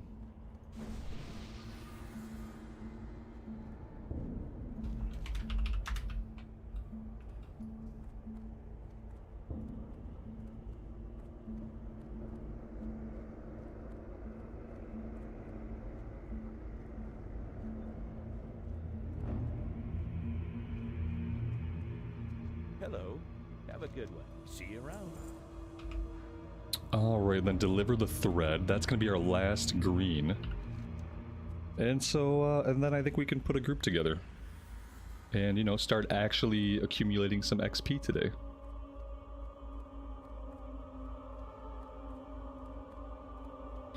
I need a strong Italian espresso. Yeah, I've never been an espresso type of person. You know, I've never been like people go to Starbucks and they get like a coffee that's already like 900 milligrams of caffeine and then they do like 2 shots of espresso with it. I've never really done that. I had an espresso shot one time when I was traveling for work and I was teaching class then. And I had had a similarly rough night. And so the lady at the Starbucks, like, she just like, oh, do you want an espresso shot? And I was like, yeah, why not? I feel like garbage. And yeah, like, it did its job, right?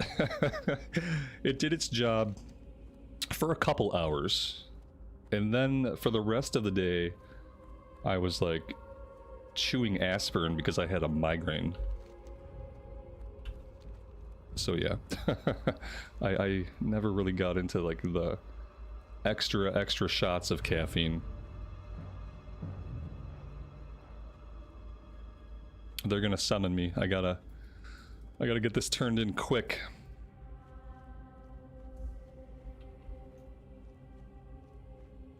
It's probably rude of me to queue up for Stockades when I'm not in Stormwind City. See you later. I feel like it's rude. Safe travels. There we go.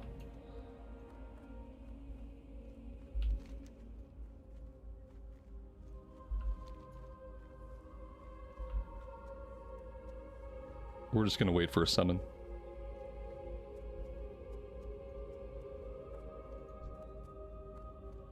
I guess we can fight some of these ghouls.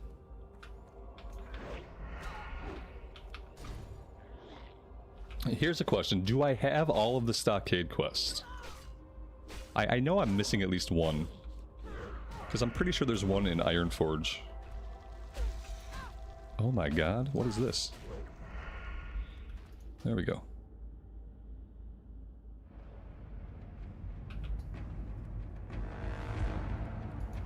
Greetings. Go with honor, friend. Light bless you.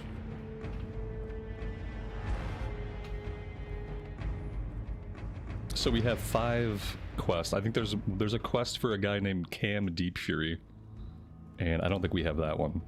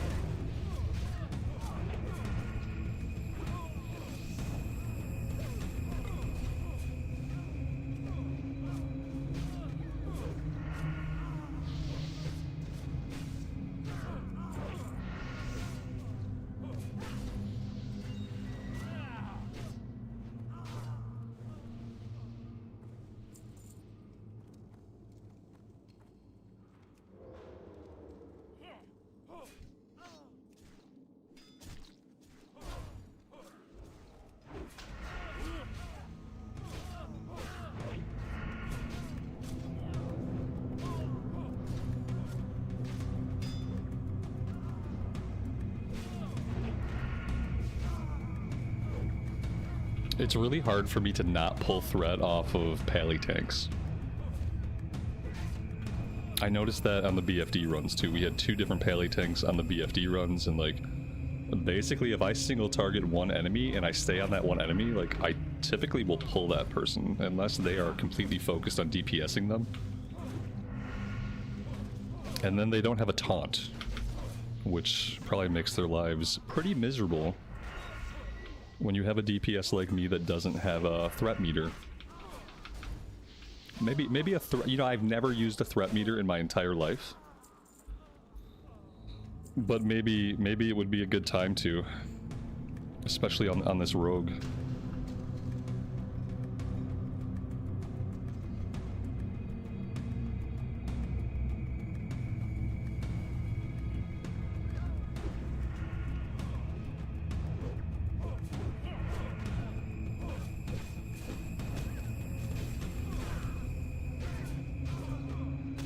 There's a built-in one, but it isn't great.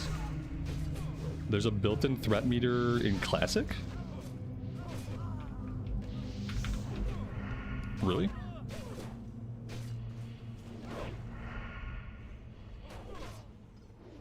You know what I like? Instead of like a threat meter? How like, I like it when the bars will glow. So like if you start pulling threat, it's orange, and then once you have threat, it kind of glows red. I feel like that became default at some point. Go to options and type in threat. Boop. If I could type, then yeah. See, I don't see anything in Classic. I know there's stuff like that in retail.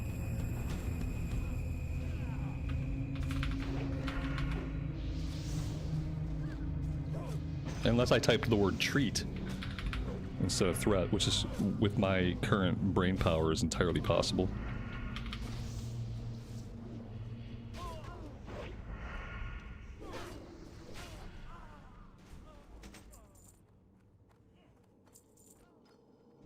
Ooh, agility stamina ring. Oh, I need that.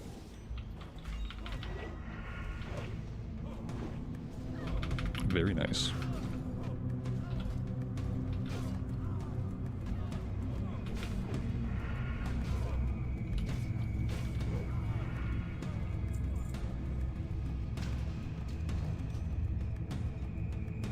Oh, nice. I already had one of them. Luckily, they're not unique equipped, so now I have 2 of them equipped. It comes into TBC in the edit mode. Oh. Oh yeah, that's right, because they're adding the full edit mode to TBC, right? Like from retail, how you just go into edit mode, you can move things. Are they adding the... They're not changing the way the UI looks though, right? They're not adding the retail UI. They're just adding edit mode. Is that right? I don't mind the retail UI, but I don't really think it's superior, and I don't really need it. It's just the edit mode, okay. I don't think I need the edit mode either. I'm the only thing I move around my screen are my frames here, you know, and I can do that without edit mode. In fact, using edit mode is going to be more of a pain in the butt for me than what I already do, you know. Edit mode is going to make it harder for me to set my screen up the way I want it, unfortunately.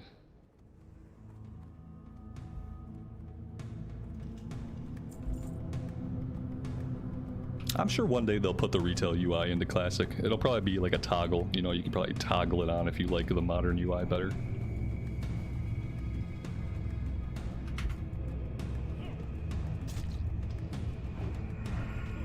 Ah, yes, the other thing about pally tanks that it must feel bad as a pally tank, like I don't mind it, is that they have to stop and drink.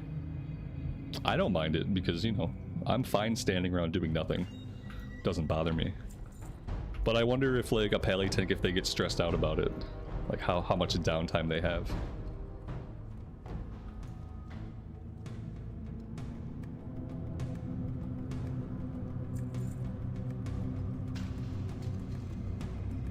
Oh, he's actually AFK right now, though.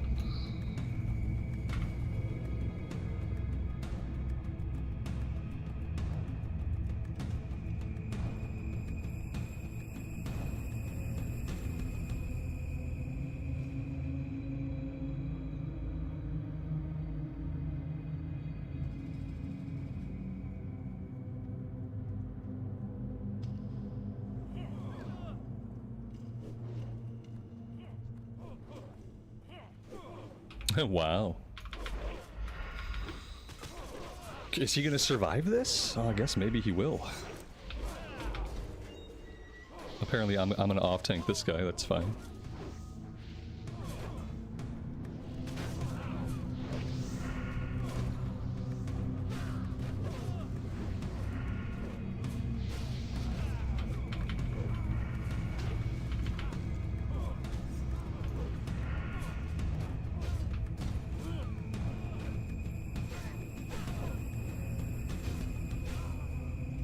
Now you have a 32 pally?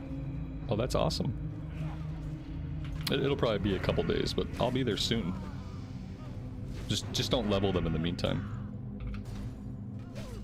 At 32, well, at 32 we could probably start doing Scarlet Monastery. You know, maybe. Like we could do Graveyard, we could probably do Library at 32. Maybe 34 would be, 34 might be more reasonable.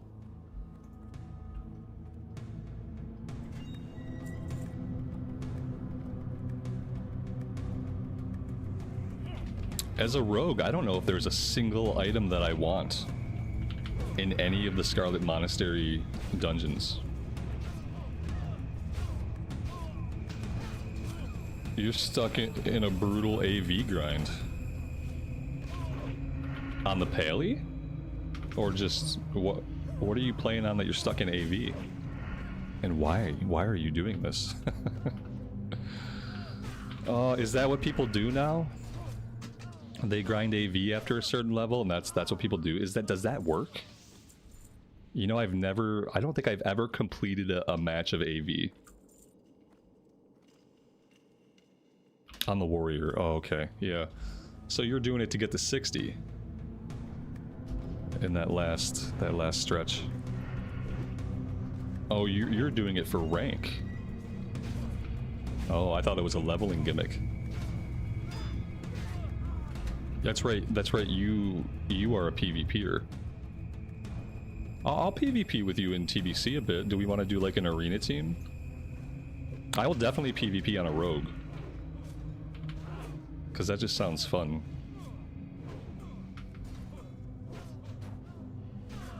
Rogues probably aren't good in arena. You know, a prot pally would probably be better for arena. But I'll do some arenas.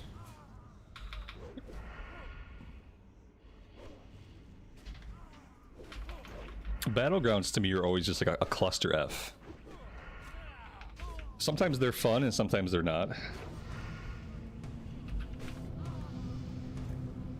But I wouldn't mind going after some PvP stuff in TBC, because I've never really gone down the PvP track as far as like getting ranks or titles or gear. Like I've never gone that route.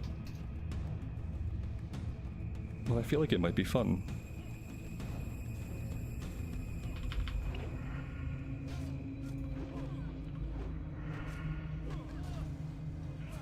Now I don't know if I will be any good at it, but I'd be willing to give it a shot.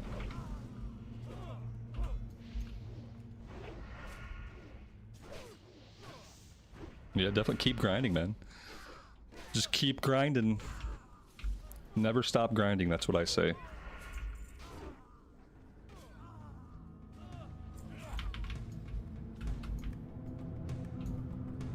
Rogues are still good in PvP? Yeah, I kind of like the idea of just like ambushing people. Killing them before they realize what even happened. Crippling them with my poisons. Puncturing their kidneys. And just watching them bleed out slowly. This rogue is changing my personality type. I'm gonna have to play a healer eventually to balance out some of the aggression.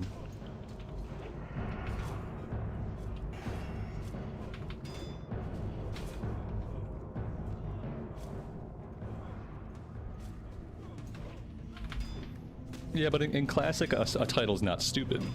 Because in Classic, if you have a cool title, it shows that you put a lot of work and a lot of time into getting it. I feel like in Classic, titles are actually like meaningful.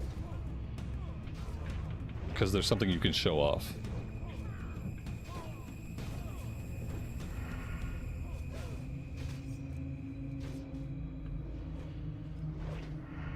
At least 3 or 4 of my BIS items come from arenas. Oh, okay. Well, I'm glad I'm already on board with arenas. It would have sucked to feel like I was forced into doing arenas to get my BIS. So I'm glad that I'm already on board. Because that would have been a bummer.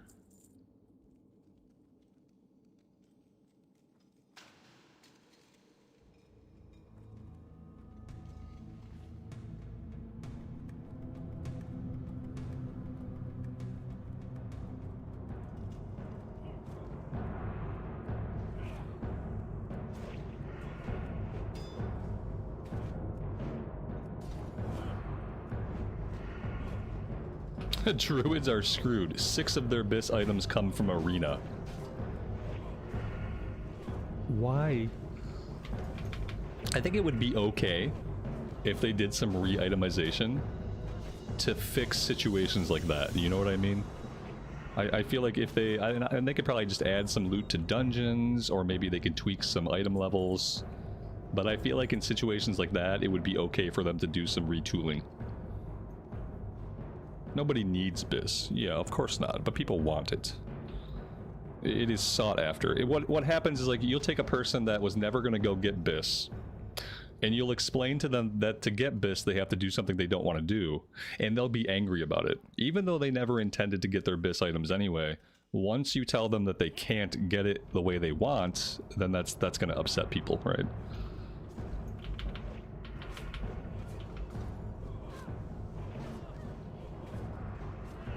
Because 6 items of your BIS, that's a lot. That's a lot of items. It's not like 3, you know, 3 is fine.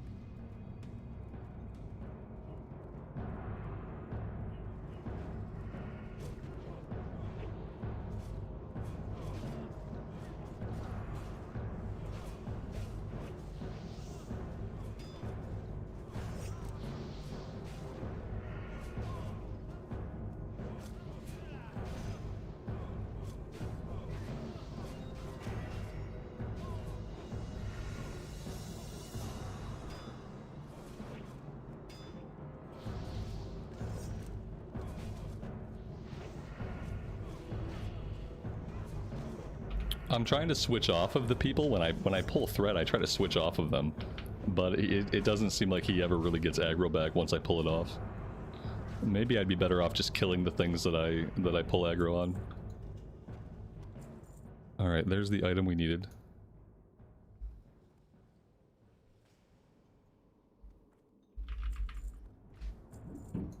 Forest leather gloves, 4 agility, 4 stamina.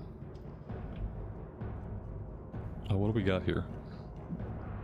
Oh, a roll of 97. I don't think I'm going to beat a roll of 97, but I'll just toss my roll out there. We rolled a 61.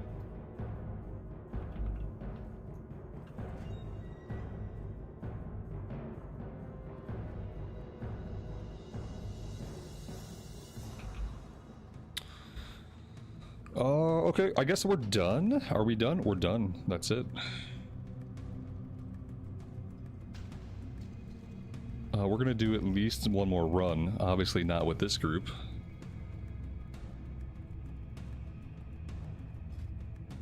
But yeah, let's do another.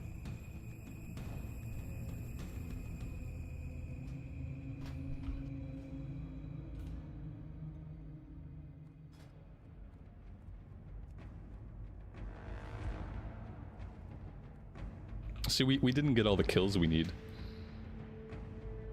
Somehow, did we not do the whole run? I feel like that group didn't clear the whole place, because look, we only have 1 convict killed and 1 insurgent killed. I feel like we did a speed run just going after some of the bosses. There's no reason to do Stockades and not kill everything, because the main benefit of Stockades is simply the kill XP.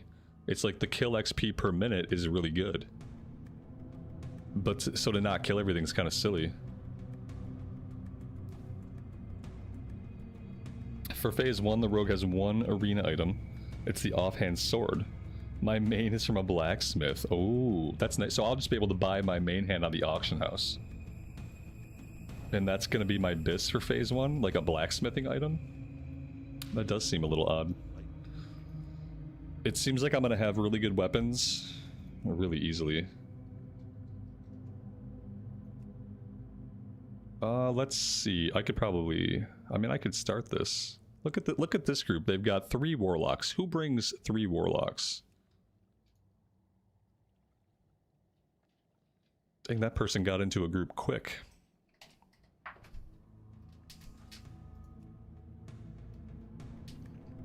Can you join Stockades? I don't know, can you? You can do whatever you want. What are you? No, you're a rogue. I don't want another rogue. Why would I want another rogue? Let's grab a hunter.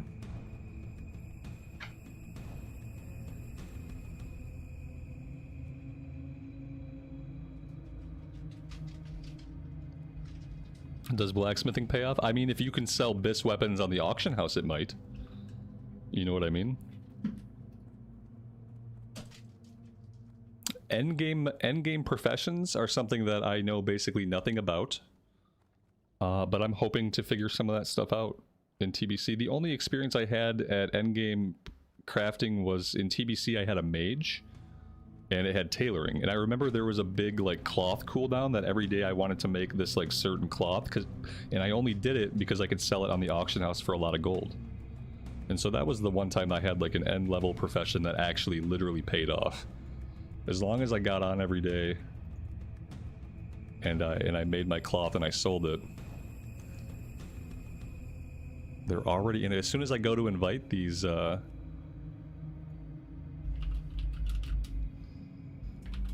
soon as I go to invite the healers, they're already in groups. It's like instantly they get picked up.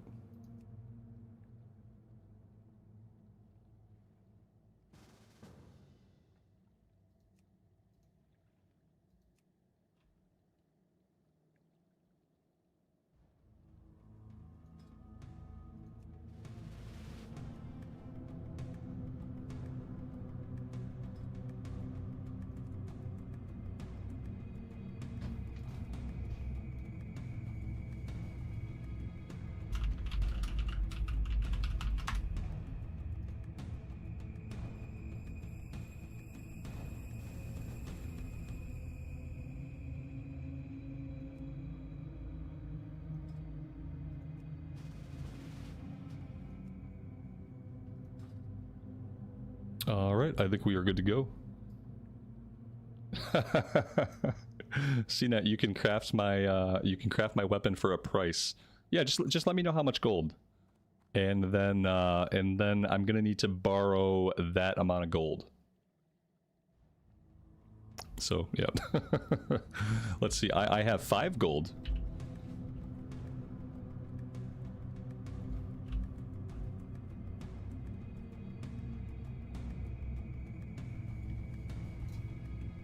You want to do some enchants?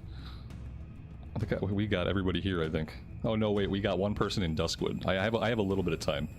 We got somebody off in Duskwood. Yeah, if you want to enchant these weapons, that'd be awesome.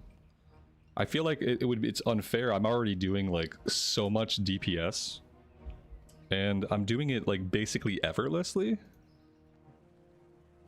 And like I don't have to worry about AoEing. I just like pick a target and I poke them repeatedly, and I'm like topping the meters because my weapons are already like really, really good. You know what? In that whole run, I don't even think I had poisons up that whole run, and I'm still doing a lot of damage. Imagine if I played efficiently and like, you know, had more than 5 hours of sleep last night, how much DPS I could possibly do. We're layered. Whoops. Whoops. I'm the group lead though. If I leave this group, I'm never getting back in. You know how it goes. Do you think I trust one of these people to be able to invite me back to this group? Not on your life. I'll if you're still around after the run, I'll catch it after the run. If you just want to park your guy here, and then and we can group up once I get out of here.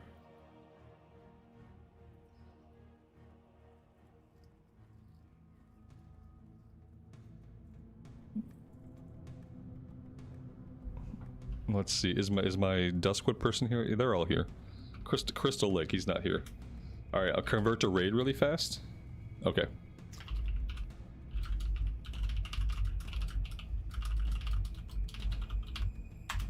There we go. Convert to raid. Boop, boop, boop, boop, boop, boop, boop, boop. Where are you at? Here we go. You're already in a group, my man. I'm gonna need you to go ahead and leave that group.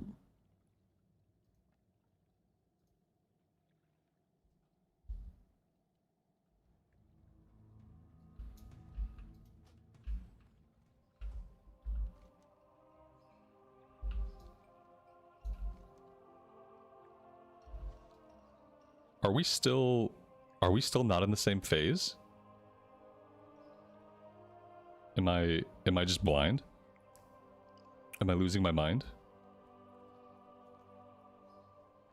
Who am I inviting? A butterfish. What a name. Invite the butterfish. Can I do that? Let's see.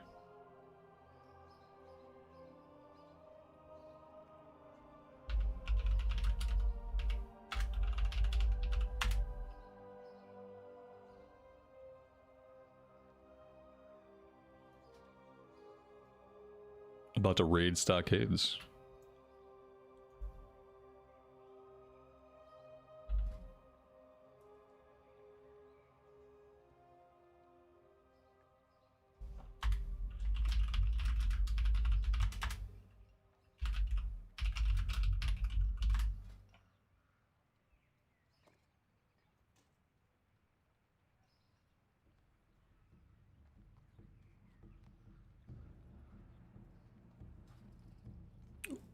Yay! What am I doing here?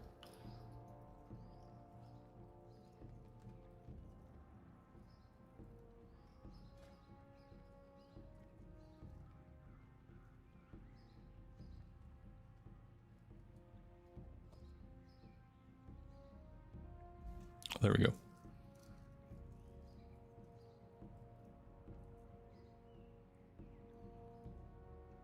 You know what they need to add to TBC? Scrolls. They need to add scrolls for enchants. And so that way I can just go to the auction house and I can buy it. I can buy a scroll. And that way enchanters, they don't have to go like meet people in dark alleys. They can just put their scrolls up on the auction house and sell it on the auction house.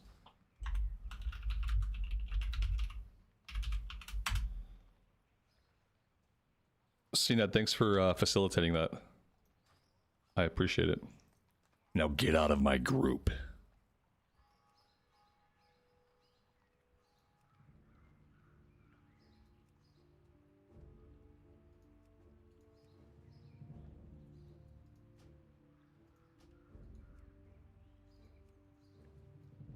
All right.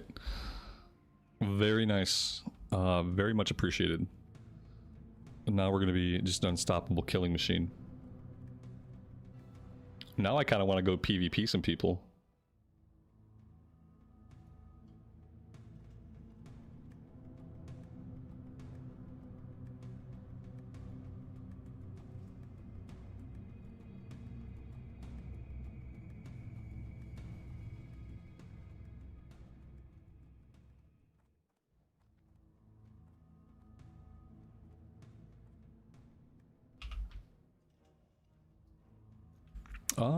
It seems like we're having a problem getting everybody into one place. I feel like two of us are here, and then, oh, there we go. Now we're good. Now we're good.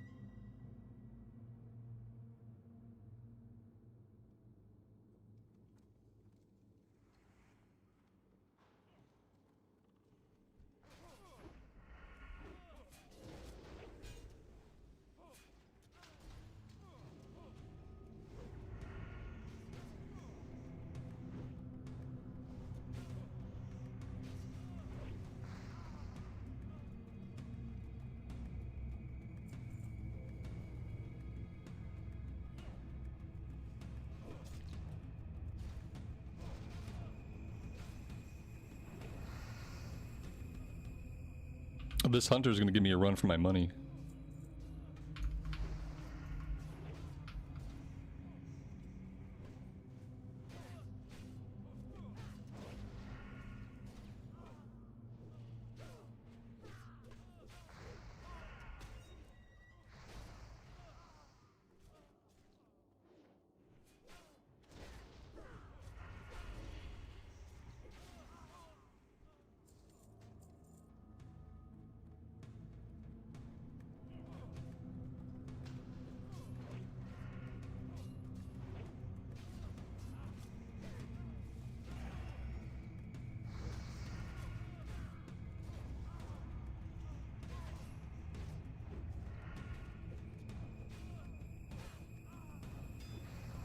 We have been seeing a lot of Paladin tanks. Yeah, absolutely.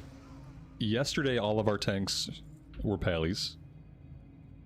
And then today, all of our tanks have been Pallies. Maybe there's like a paradigm shift happening prior to TBC coming out. Because yeah, I mean, they don't have taunt, but I mean, they have a lot of AoE threat. And it seems to work out fine. You know what I've noticed? Pally tanks actually use shields, which I like. Whereas I feel like more and more, especially at low levels, warrior tanks dual wield. Or they use a two-hander, like they don't even bother with shields anymore. So I kind of like that. However they're doing the Pally tank, they're all using shields. Yeah, so all this, the Pallies are coming out of the woodwork because of the pre-patch coming soon. That's awesome. It's good to see. And any change that lets more people tank.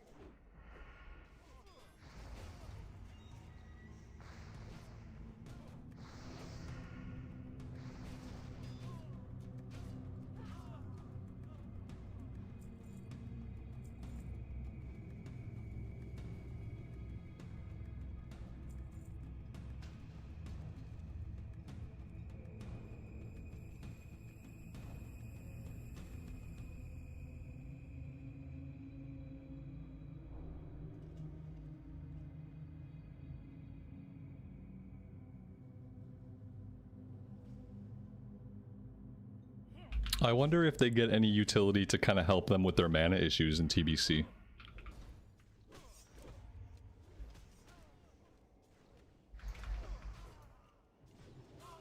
Because that seems to be the only drawback right now. Not having a taunt doesn't even really seem to be an issue for most groups. The only issue that I can see with most groups is like, you know, just the downtime.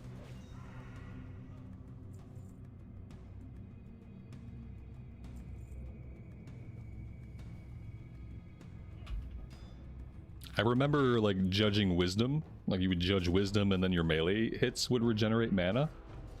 And then there was that one, divine plea. Divine plea was the other one. That it had a short cooldown that you would just pop it every time it's up and that would get your mana back.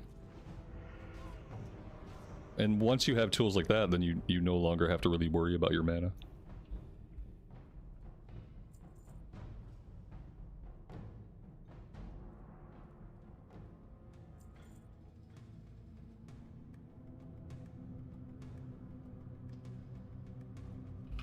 Yeah, there's so much more you have to do on the warrior. The warrior just becomes really just harder to play. Because ideally you're stance dancing to get your charge in. You have to spread your sunders around the group, so you're tabbing through your targets trying to get your sunders laid down. You know, you got cleave, but cleave takes a ton of rage to fire it off. Yeah, it's harder to play. It's harder to play, there are more buttons to push. Whereas on a Pally, if you want AoE threat, you just lay down Consecrate. On a bear, you just swipe, swipe, swipe, swipe, don't stop swiping. And it's just easier to hold threat on those other classes. It's like I can play something that's going to make my hand hurt, or I can play something chill.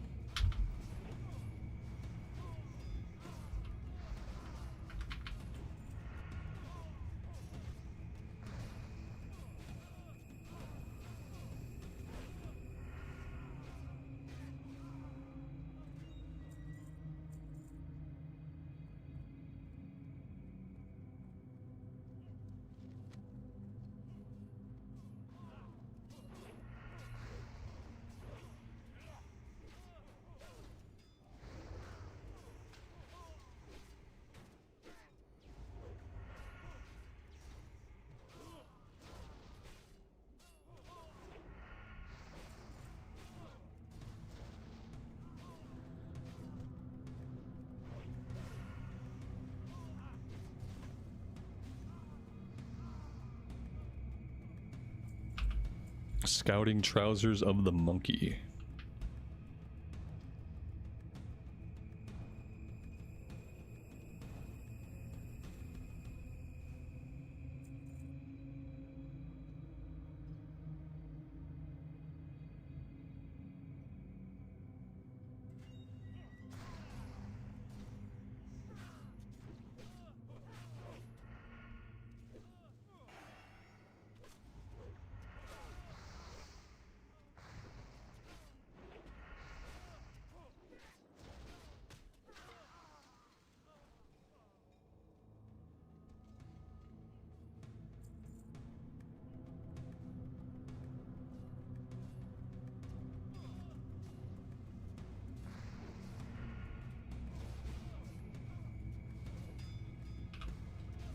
Soryle, thank you so much for the super chat. I really appreciate that. Thanks for being here and for hanging out with us today. And feel free to use the footage, always.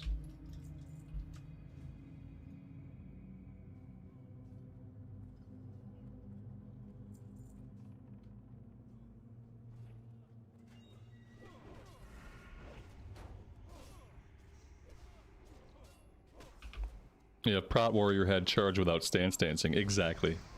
And they don't get that until Cataclysm, I don't think. I'm pretty sure you're stance dancing all the way through Wrath of the Lich King. I don't think you can charge from defensive stance until the Cataclysm changes. I could be wrong, but I don't think I am.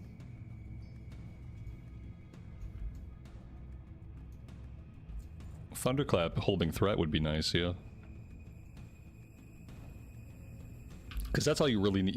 You have to be in battle stance. You charge in, you thunderclap, you demoralizing shout, you pop into defensive stance. Actually, you'd probably be better off holding the demoralizing shout till after you're already in defensive stance for the extra threat.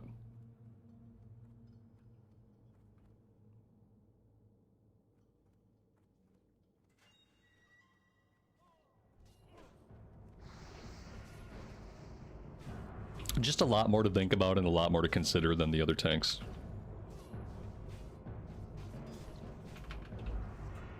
And then you gotta think, like, even in situations where a warrior tank would be better, is it really gonna matter as long as you have, like, decent players in the group? Like, you're still gonna be able to kill the boss. Like, absolutely, a well-played warrior might take less damage. But I just wonder if it's big enough for, like, most healers to even feel it. I don't know. You can thunderclap in defensive stance in TBC. Oh, okay. That's a nice half measure. That's a really nice half measure. Not being able to charge still sucks. But yeah, thunderclap in defensive stance, that's pretty decent.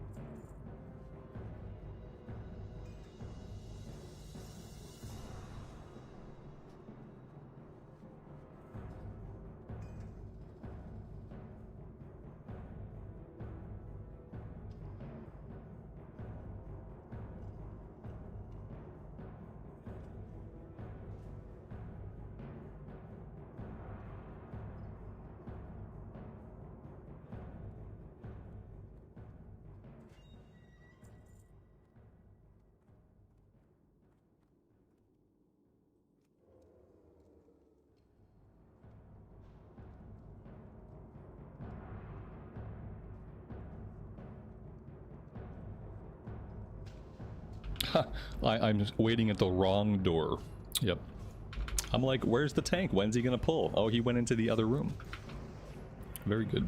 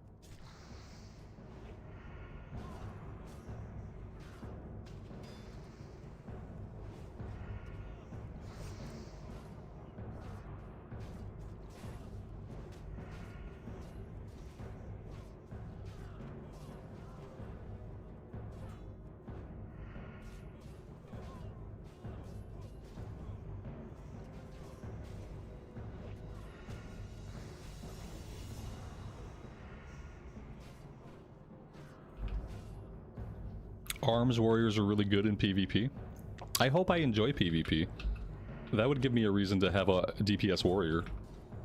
Because as far as PvE, like, I'm retiring the entire concept of a DPS warrior for PvE content.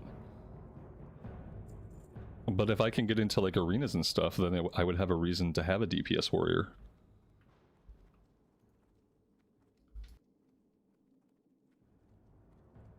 I think I'm going to enjoy the rogue more no matter what. I've really, really fallen in love with the rogue.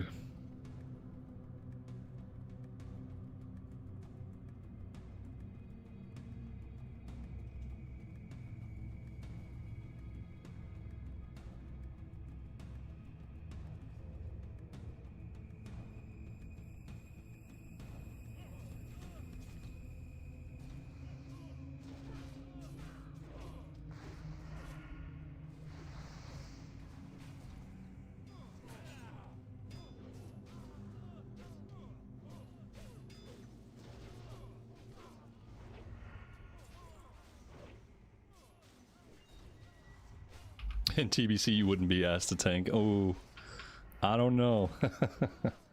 Sure, somebody would. Not because the thing is, DPS warriors have always been great, you know? Like, DPS warriors are great in vanilla too. But nobody wants you in the group. Other tanks don't want you. Yeah, see, other tanks don't want you because they don't want you rolling on their gear. Like, nobody really wants a DPS warrior. Not in a 5-man, right? I feel like DPS warriors probably have a space in a raid, for sure in a raid. But in 5-man content, like, nobody wants to bring them. And if I'm tanking on a warrior, I don't want to bring a DPS warrior either. So I get it. Because if a weapon drops, they're going to take your weapon. If a really cool piece of gear drops, they're going to take that too. So I get in a 5-man, it's just like, it's not really viable. Not when you're pugging as much as I pug. If all you're doing is playing with guildies, then it doesn't matter. I'm just gonna live my best rogue life. I'm gonna live my best rogue life, and I'm not gonna look back.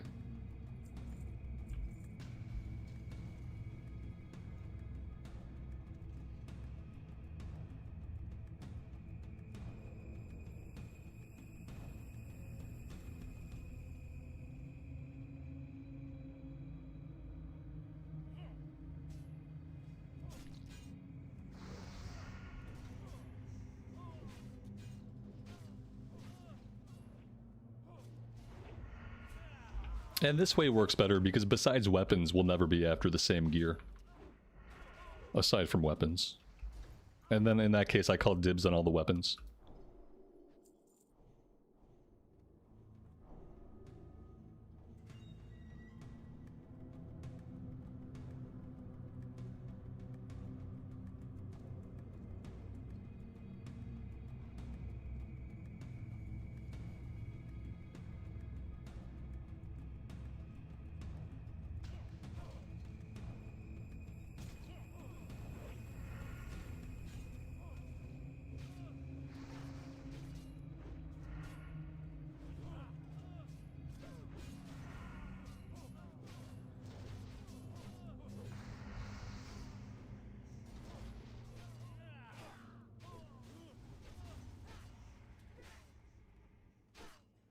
We are about to have ads.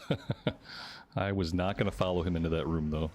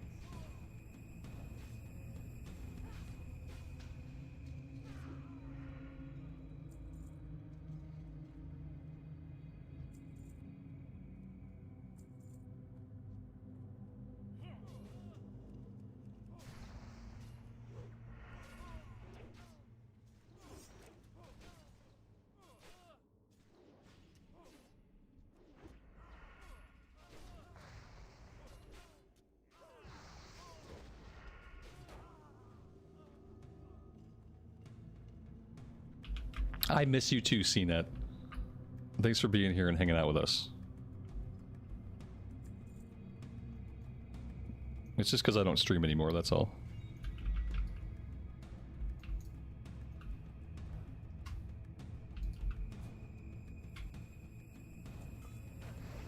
Sometimes I miss being social. The thing about me, though, is I can go long periods of time without socializing with anybody, and it doesn't really bother me. I'm incredibly self-absorbed in that way. It's why I don't have a lot of friends in real life, and I never really have.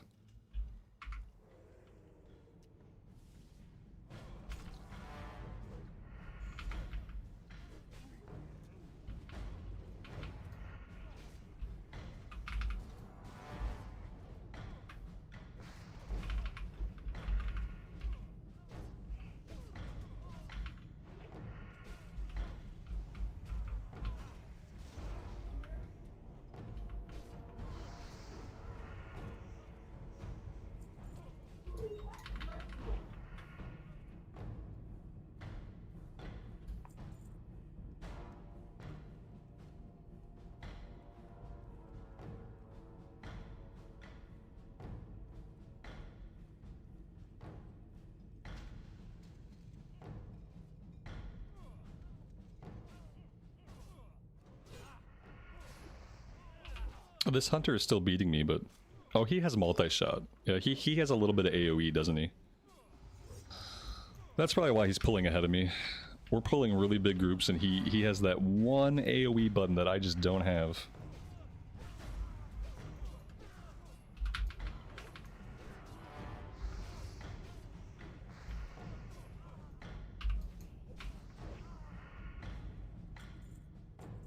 Yeah, my wife is extroverted. See, I'm introverted and she's extroverted. But I have extrovert tendencies and she has introvert tendencies, and so there's overlap. It's like a Venn diagram that doesn't completely overlap, but it overlaps in a way that it works. Because we both have tendencies like from the other side of the spectrum.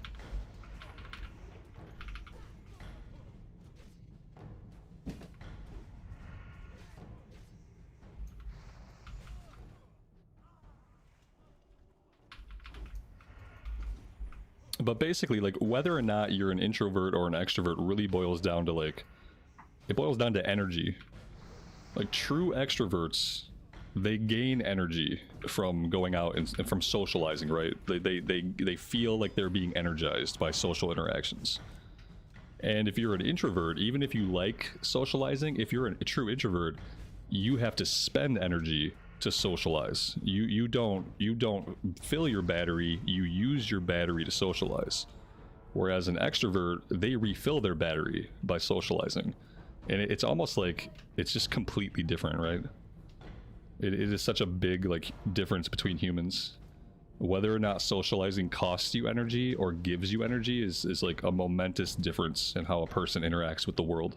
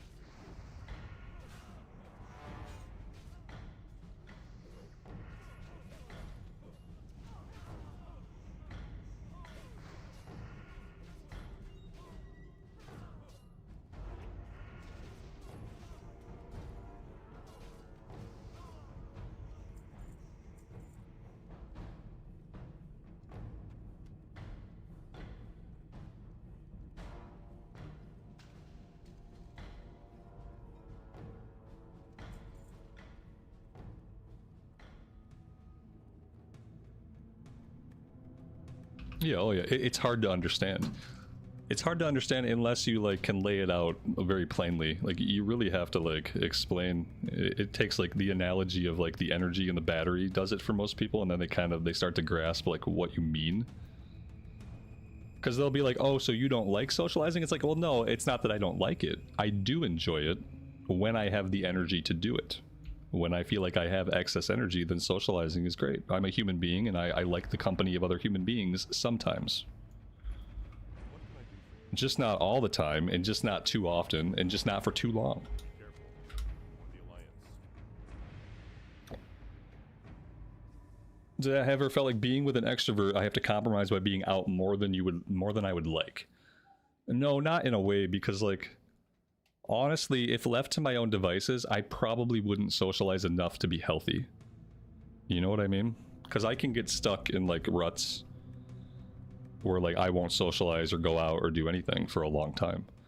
So I think that like having someone who is different, who like they react differently to that, it helps keep things in balance, you know. It stops you from falling down like what could be a really dark hole, and like sometimes as an introvert you fall into this really dark place, and it's just because you're not like getting out into the world enough, but you don't realize that's what's happened.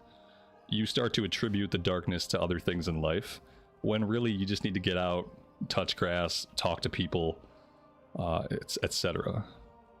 And when you have someone around who's extroverted, then it kind of like it helps you keep that in mind, that actual human need to be around other people and to have like actual interactions. What do we want to do now? I'm gonna stop being Dr. Phil, and maybe we can figure out what we want to do next.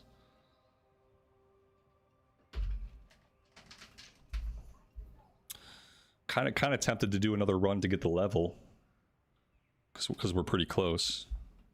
But before I do that, I'm going to take a really quick break. I'll take like a 5-minute break. I need to get a little bit more coffee. I got a bio. And then we'll either do another run or we will head back into Duskwood. Alright, I will be right back.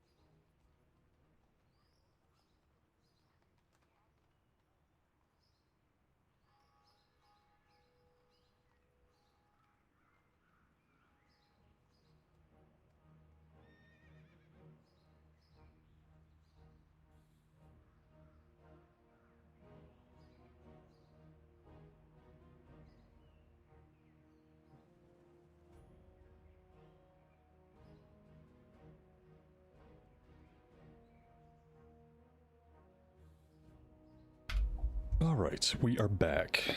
Go to SFK for the ring. SFK, oh, I might be too high for SFK though. Yeah, I kind of worry if I do SFK there will be 0 kill XP. You know how much I love that. Alright, I think for now I'm gonna head back to Duskwood.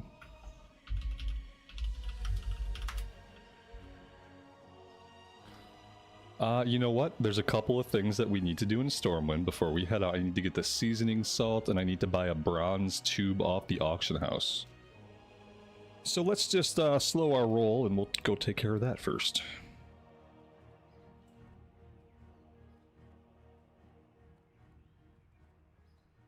Look at all the people. Oh my god.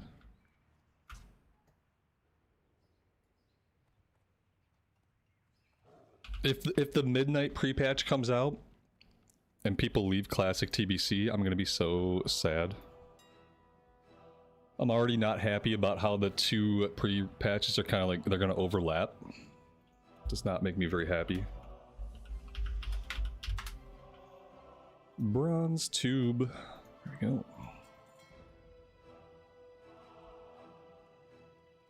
Yeah, the only thing I can do in this level range is grind Stockades over and over again until I'm nauseous, and I'm probably not going to do that. And we are a ways off from Scarlet Monastery. It's time to do a bunch of questing.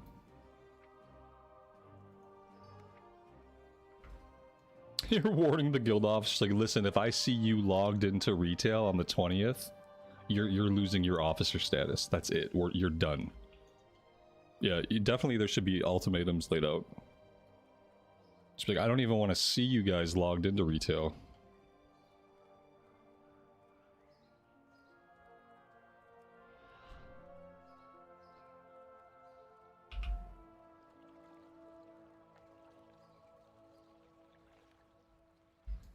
The good thing is, like, I don't really think I'm even remotely interested. So I'm not gonna have to split my time at all. You are not the right vendor. Need help? Farewell.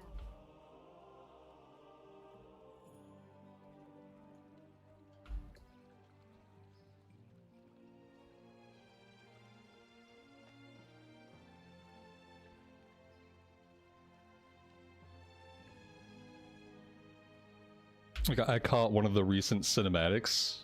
I don't even know if you'd call it a cinematic. I caught one of the recent cutscenes that they pushed out with, and I watched it and I just thought, like, man, this stuff is so boring to me. I am not interested in these characters. I don't find any of this interesting or exciting or exhilarating or fun. Like, it just doesn't seem good. It's like, just don't think it's for me. And like, retail gameplay is fun sometimes, but it's like the story and stuff. I can't get into any aspect of the story. I can't get into any aspect of the lore, and they're pushing the story and pushing the lore like to the front of the game now, and it's like, ugh. I just think it's all boring. I think the whole Xalatath storyline is boring. I like Xalatath as a character a little bit, but I just think the story is boring.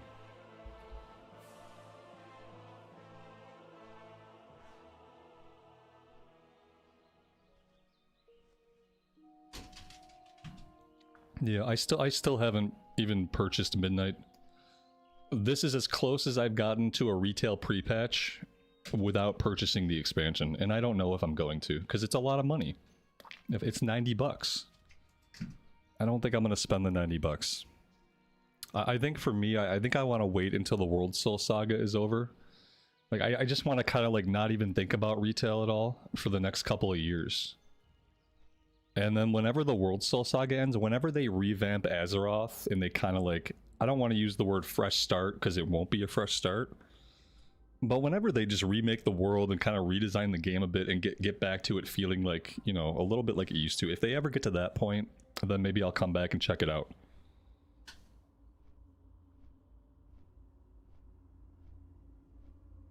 Yeah, and I don't really care about the housing. The housing is cool, but like, I'm not playing Animal Crossing. If I want to get into that kind of thing, there are games where I can go do that. and that's like part of the main gameplay loop of the game. When it comes to an open world MMORPG, I want to be out in the world. I want to be out in the world exploring. I want to be fighting stuff. I want to be doing content. I want to be working on professions. Like, I want to be doing dungeons. I want to be exploring around. Like, I don't really want to be sitting in a player house decorating it for like hours out of my day. Because I'm not going to spend any time there. I'm not going to spend any time there except to look around at it. Because it's not really part of the gameplay loop for me. So, like, I just don't care about it. You have to pay... I don't think you have to pay real money, but you can, right? There's a way... They put some kind of real money transaction. So, like, you have to purchase a certain kind of currency, and then you use that currency for certain housing items. Is that how it works? You need to buy the housing bucks, housing dollars, whatever they call them. King's honor, friend. Be careful. Light bless you. I can't imagine that was very well received by humans who play the game and people who are interested in housing. I can't imagine that the news that there was going to be a real money currency for specific housing items, I can't imagine that went over very well. Yeah, people have been asking for it for ages. When they get it, they'll be like, meh. Exactly, they will. Some people will get really into it, and I think for a lot of people, it'll just be something in the game that they interact with a few times. They'll decorate their house. Maybe sometimes they'll go there, but other than that, I don't know.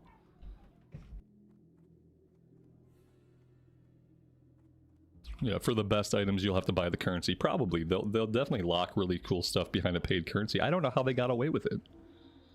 It seems like, you know, if they had tried to make a currency like that a couple years ago, the entire player base would have risen up in revolt. And now, like, I guess people are just kind of apathetic. It's when you wear people down over time and you get them used to the idea of spending real-life money for in-game items, like, eventually they get used to the idea and they're just apathetic to it.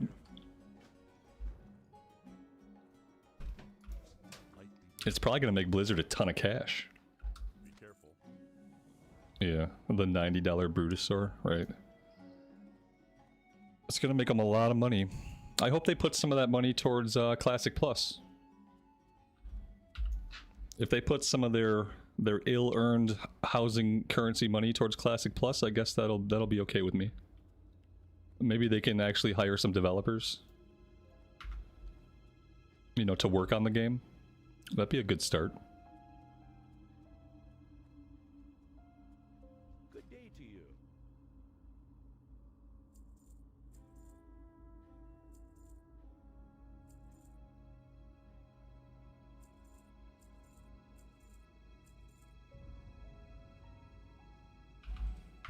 Yeah, if you're a full-time retail player, then you're probably pretty much numb to the concept of the in-game shop at this point.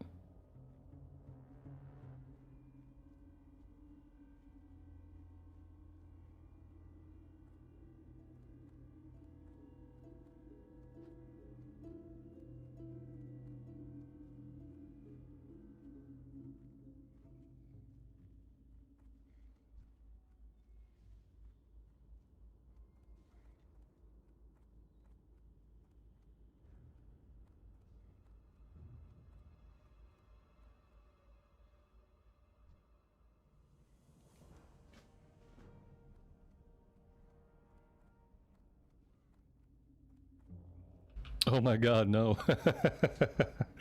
Not a TBC Epic Pack. You know, I've never paid any money during a classic release. I've never bought one of like the packs with the mounts and stuff like that. Not for classic. To me, that's one of the good things about classic, is that I don't have to spend money on like a box, you know.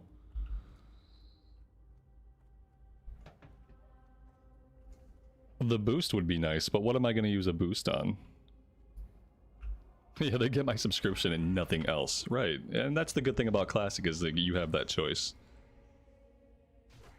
Do I see the mounts? You know how I am, dude. You know that, like, mounts are cool. Like, I like a cool mount, but I don't really care that much about mounts. You know how I am. I always try to ride something that, like, kind of just looks plain and kind of just, like, fits in. I haven't seen the mounts. The only value to me, and it's often not even a value, it's often a trap. The only value is the boost. And the boost is often a trap. Like, how many people have boosted a character and then you never play that character? I think everybody who's bought a boost has had that experience at least once, where like you boost a character, you play it for a minute, you're like, I don't really know what I'm doing, and I'm just not feeling it, and then the boosted character sits there.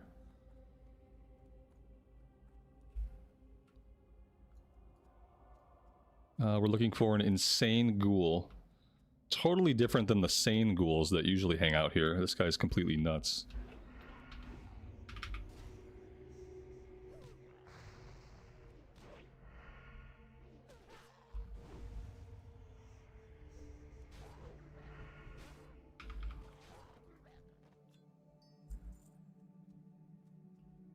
You have all the boosts from the retail XPEX and you never use them.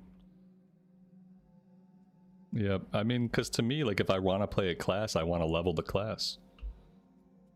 Because leveling it, I'm gonna get into the character, I'm gonna like the character more, and I'm gonna learn how to actually push the buttons. Let's go back to crippling poison on our offhand.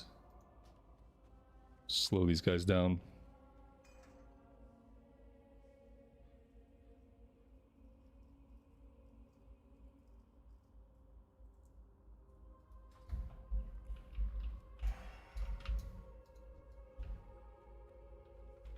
I would be most likely to use a boost on a character that was close, like, you know, like close to the level, but just wasn't going to get there in time. Like, let's say I had a boost, and let's say this character is like level 52, and the dark portal opens.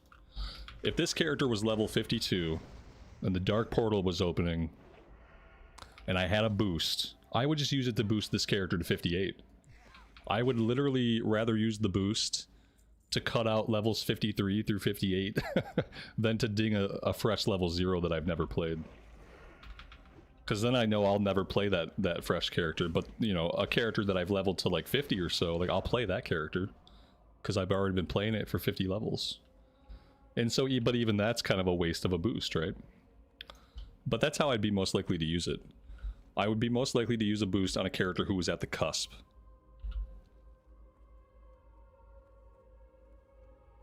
Yeah, if you boost a character, you have no attachment to it. Exactly. You don't have familiarity or attachment. Because they both kind of work together.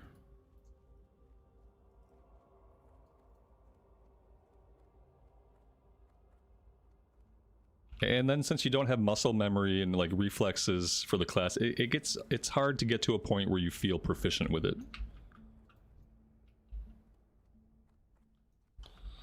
Alright. Let's see, let's go back, we'll turn this one in. And then I think we're going to be heading out to the west.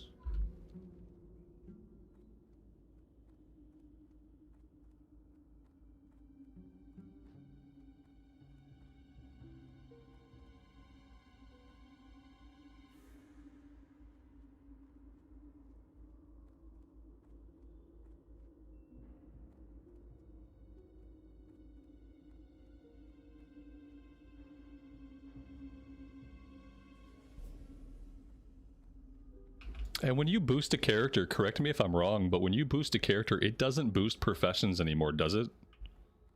I remember like years ago, if you had a character that had professions going, and you bought a certain level of boost, it boosted your professions, but I don't think that happens anymore.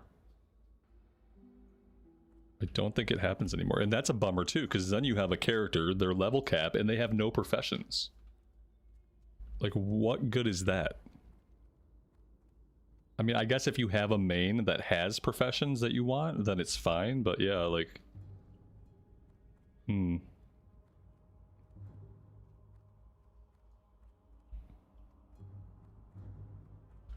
I would be more likely to heal than off tank CNET. Because I don't mind raid healing when I'm actually healing a guild. I'd be much more likely to be an off healer than an off tank, especially on the Pally, because I know Pally healing. At least, you know, I spent a lot of time healing on the Pally back in the day. What I remember most is spamming Flash of Light. A lot of Flash of Light spam. Oh, professions start at 250 for boosted. Okay, but you have to make sure you grab those professions before you boost the character, right? Like, you have to go to the profession trainers, and you have to get those first. Like, if you just boost the character, then it's not going to have professions.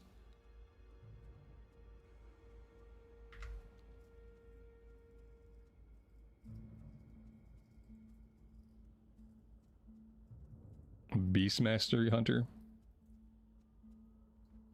I think I'm gonna level a hunter. I have my dwarf hunter that I think I'll eventually level. That might roll into a recorded series, like a non-hardcore series. So I might have a hunter leveling up eventually. And I don't want to boost the Pally because like I want my Pally to be a Draenei. I don't think they're gonna let you boost the new races. And then I would miss out on the Draenei starting zones.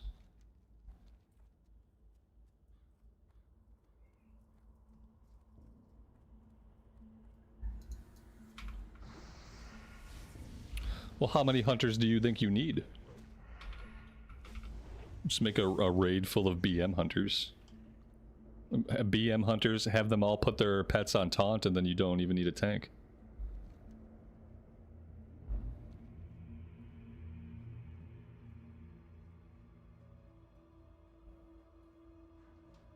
Pallies can't be boosted. Oh, you mean Draenei can't be boosted, right? Yeah, I didn't assume they would let you boost the new races.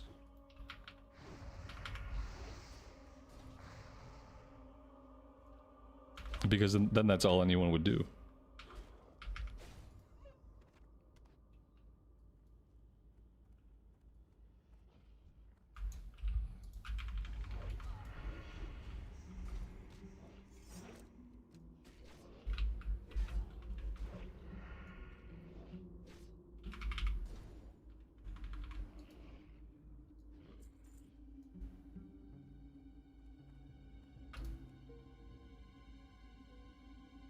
The space goats.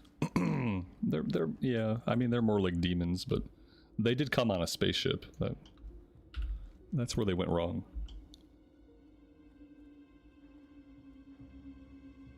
Do I want to go after the Shadow Weavers up here? We could. Let's take a look. There's Shadow Weavers here, but they're in camps. I don't know if I can clear that camp to get to the one Shadow Weaver.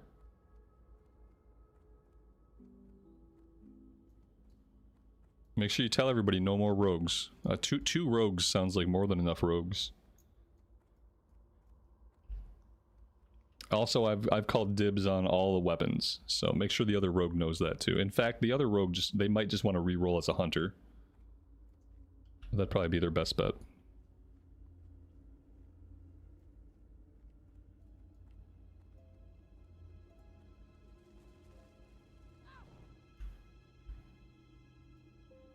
Do they lose the dead zone? I don't think they lose the dead zone entirely, do they?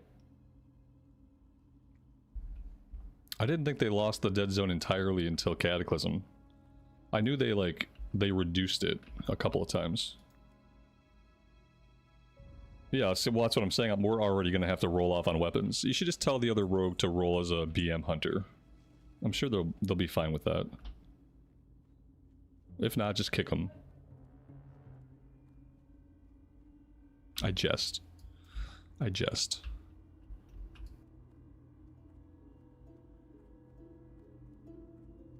Somebody has been through here and they've killed everything.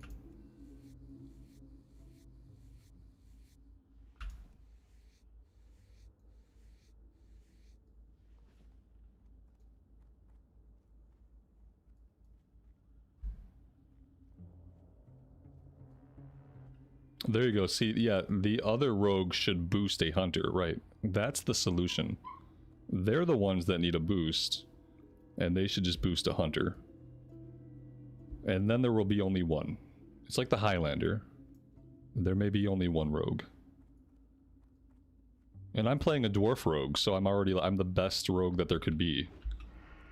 What are they? Are they're probably either a human or a night elf. I bet they're not a dwarf. And if they are, it's just because they're copying off of me.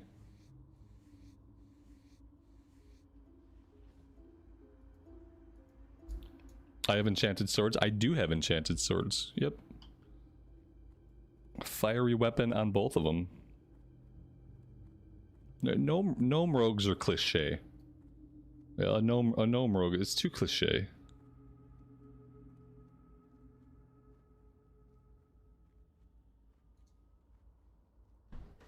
I've never played a gnome. Not for very long. Once I realized they only had 3 fingers, that was a deal breaker for me. Because once you see that, like, you just can't stop thinking about why. Why did they only have 3 fingers? How did they do complicated, like, tinkering and engineering and stuff like that? All the stuff that gnomes are known for would be a lot harder with 3 pudgy fingers.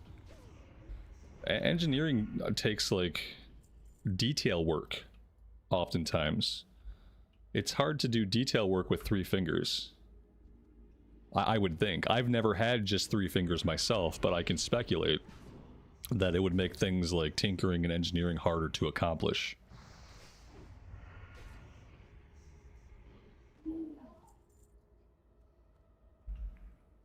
And yeah, so I don't like that.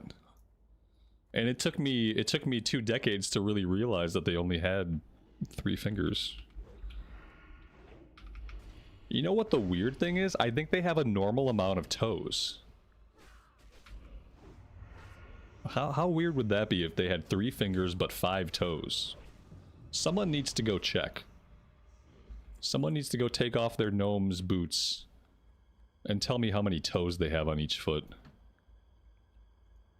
Because I think, like, it would be more disturbing. It's disturbing in either case. If they only have 3 toes, that's messed up. If they have 5 toes and 3 fingers, that's also messed up.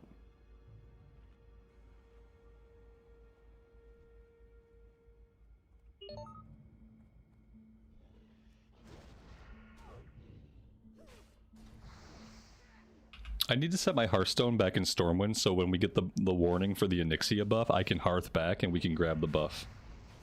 That would be a smart thing to do.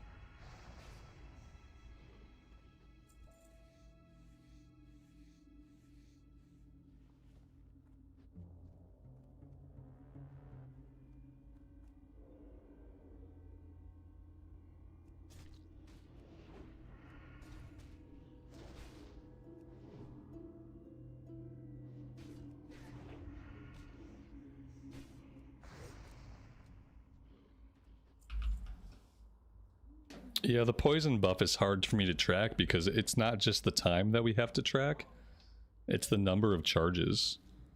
This is probably the biggest rogue change that I'm looking forward to with TBC. Is, yeah, I didn't even know there were charges on this until, like, the other day. You'll go through the charges a lot faster than the time, if you're actively fighting stuff. And so oftentimes I go for like X amount of time without realizing that my instant poison has fallen off. But the problem is I deal so much damage that it's hard to notice. I'm sure there's an add-on that could alert me. Something to tell me like, hey dummy, this is faded.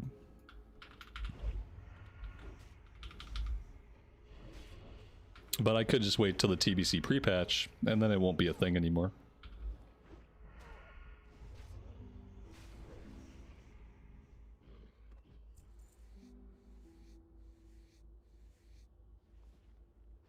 Alright, we are done with that quest. We can stop killing Worgen if we want to. How's my inventory looking? Not very good. Let's take this party back to town. Let's empty the inventory. Turn in the quest, and then I think we'll head out over in this direction. We'll probably just fly to Sentinel Hill, and we'll make the run from there. That'll be a little bit shorter.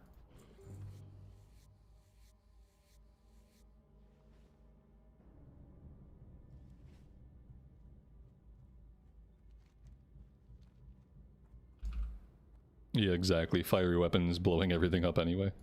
My weapons are just really good in general. Like having these weapons just at all makes us really, really powerful. And so yeah, everything else is like overkill. It feels good. By like level 32, I'm gonna have to figure out like what my next weapons are. These should be good until like 31, 32, but especially before I go into Scarlet Monastery, I'm probably gonna want to see if I can get some weapon upgrades. I have gold somewhere. I have a little bit of gold somewhere. Yeah, I have a lot of gold on my hunter for some reason. So I should be able to get some weapon upgrades.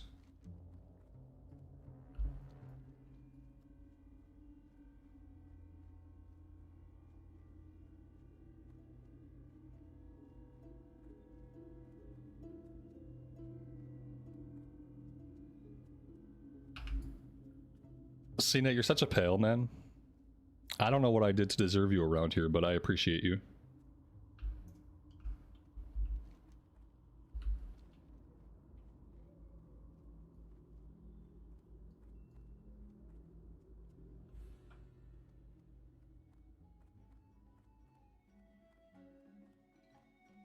I supply only the finest goods.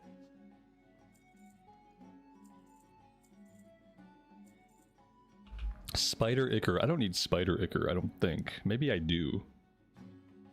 Now I'm uncertain. I'm gonna hang on to it. Seasoned wolf kebabs, I already know. Gooey spider cakes, I already know. And my inventory's getting cluttered. You know, I've had these bristle whisker catfish for like 15 levels, and I haven't eaten any of them, so I'm gonna sell them. What else can I part with? I have not been really using the bandages, although we probably need to work on first aid a little bit.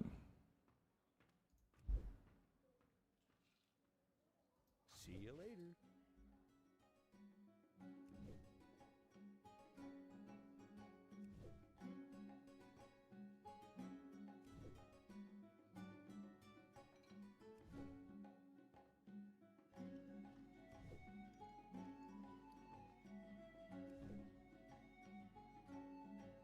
Maybe we should do some leather working. I could probably convert all of this light leather into medium leather and see what else we can do. Here we go. 16 pieces of medium leather. That's not gonna do very much. Most of the patterns we have take a lot of medium leather. Like anywhere from 8 to 12 pieces of medium leather per craft. And then I can't do too much with this until we get out to Darnassus, so that we can push it to 225.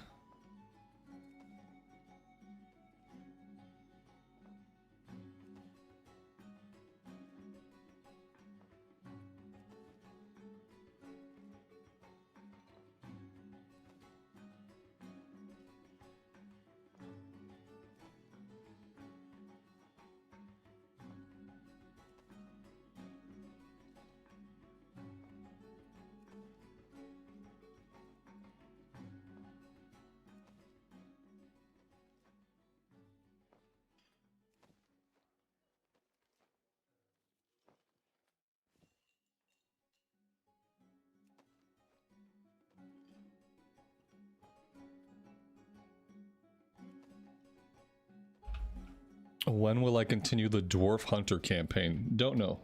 Don't know right now. Right now I'm going to be focusing on this character, just because this is going to be my main for TBC.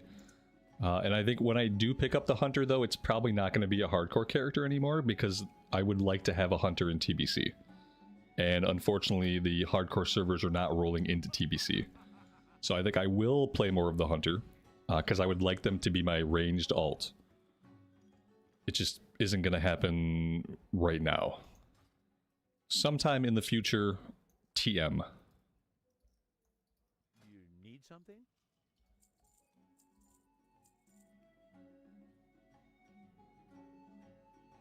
I need to keep hold of the spider venom. I think I can sell these. There we go.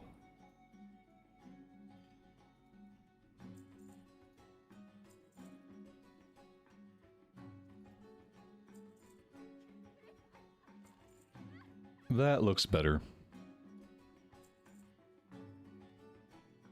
Alright, I'm happy with that. Safe travels.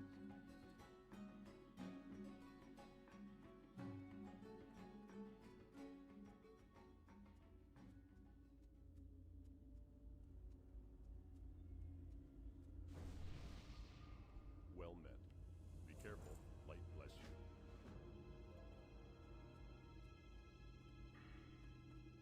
you. We have 2 talent points that I have not spent. We are going to put both of those into dual wield specialization. So now the offhand weapon's dealing 30% more damage.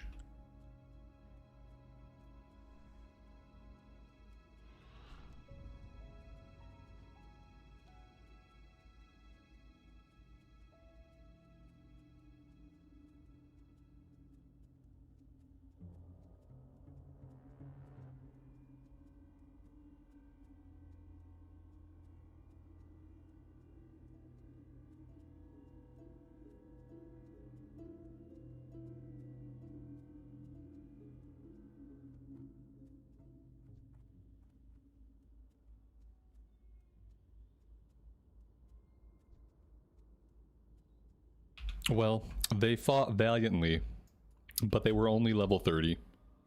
So there was really no way it was ever going to happen.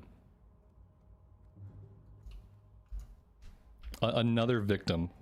This person is stuck on the fence. Oh, they got stuck on the fence and they got murdered. They had their buddy on follow, I think. Like it looks like they had this guy on follow, and he got them stuck right on the fence. That's gonna hurt. When they come back to their keyboard, they are not gonna be happy.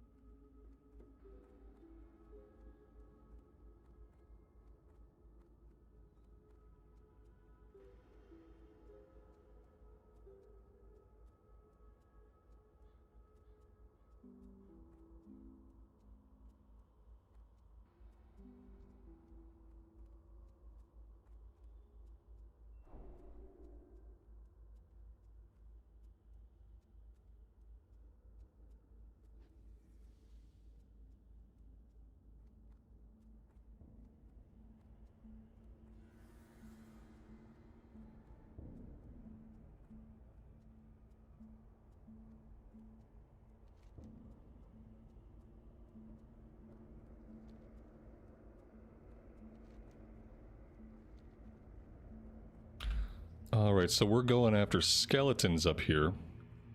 We have a kill quest for skeletons. We already have all the skeletal fingers we need. The rot blossoms we're going to get off of the ghouls, but I'm not going to go after the ghouls until we have the kill quest for them. Because then we'll have the kill quest, we'll be getting ghoul fangs and rot blossoms at the same time. Oh, you know what? Rot blossoms might come from the skellies. I guess we'll find out. Can't remember if they drop from the ghouls or the skellies.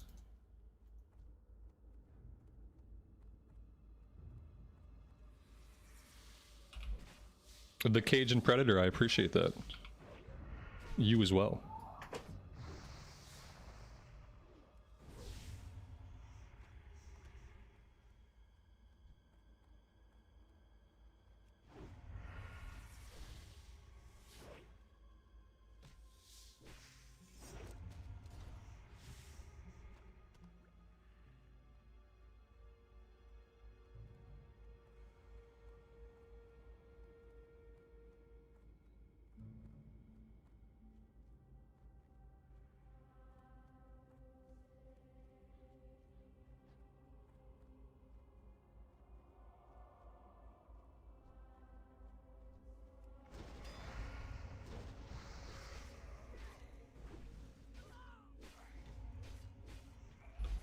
Interestingly, my poisons still affect these guys. I wouldn't have thought that poisons would have an effect on skeletons.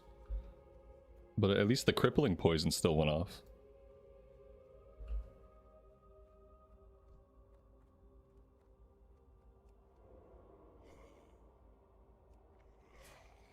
But obviously he's immune to garrote because they're immune to bleed. So they can be poisoned, but they can't bleed. It's questionable.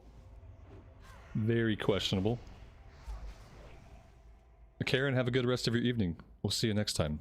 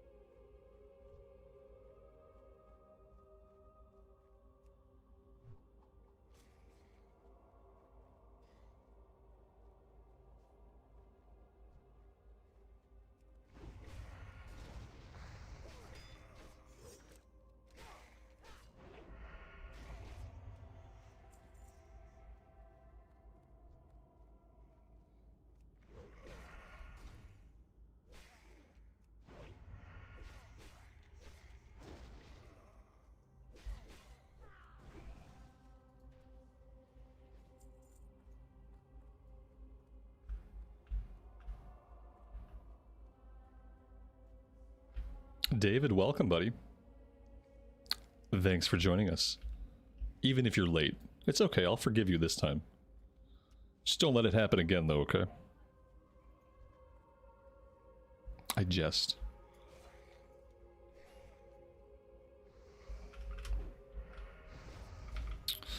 Exponent, you went out for lunch. What did you miss? You missed everything. You missed basically all of it.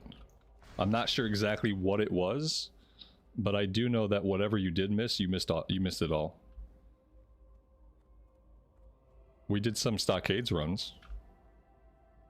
That was a while ago, though. And we watched somebody get stuck on a fence and get killed by stitches. I think that's it. I think you're basically caught up.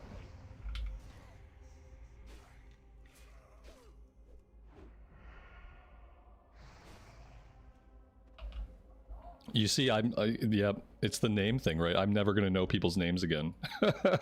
Unless you guys want to go to your channel pages and then you change your channel name to in some way represent your name. Just thank YouTube for that. It's so annoying.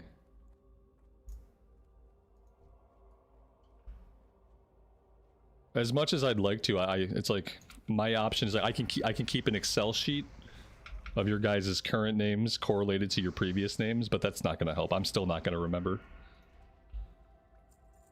Everything was working fine until YouTube stepped in and made some changes. Let's mark this guy, because I really don't need to get killed by him.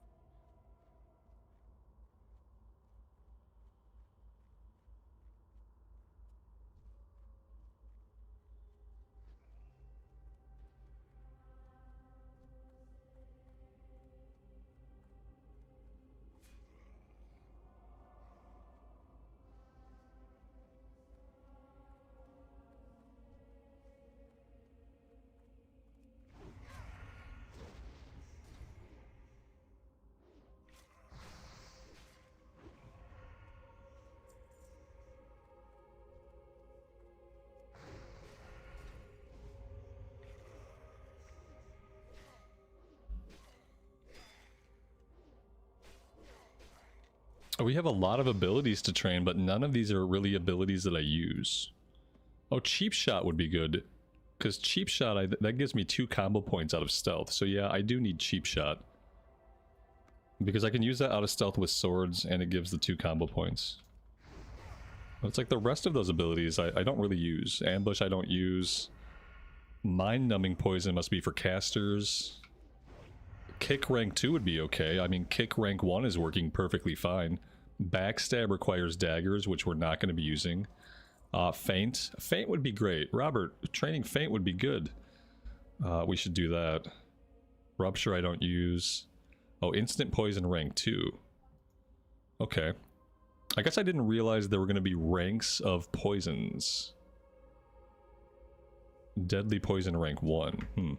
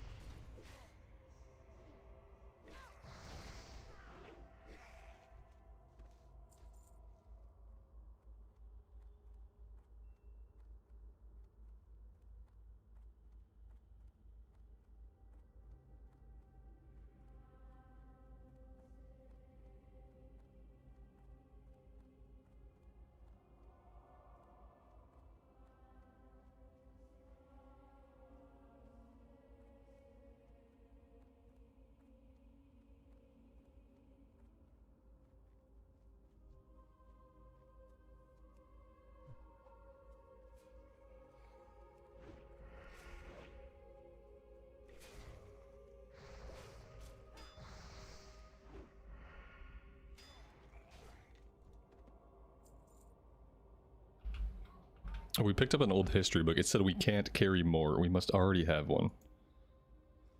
There we go.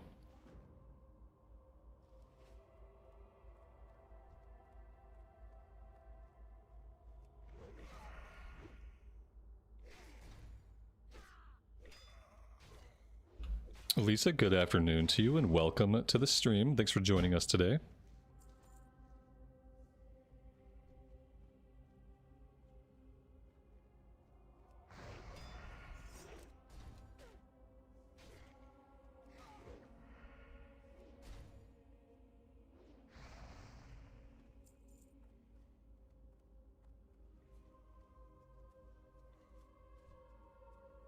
Well, he found somebody. He found a druid. A little he just wants to give you a pat on the head. Come back. Just a nice little pat on the head for the kitty cat. No?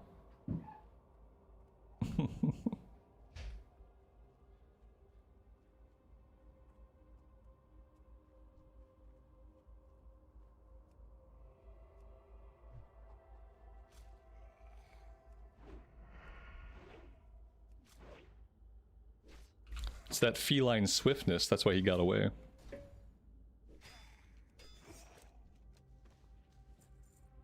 Forest leather bracers. 5 agility. Is 5 agility better than 10 attack power? I don't think so. I think I might be better off with the attack power.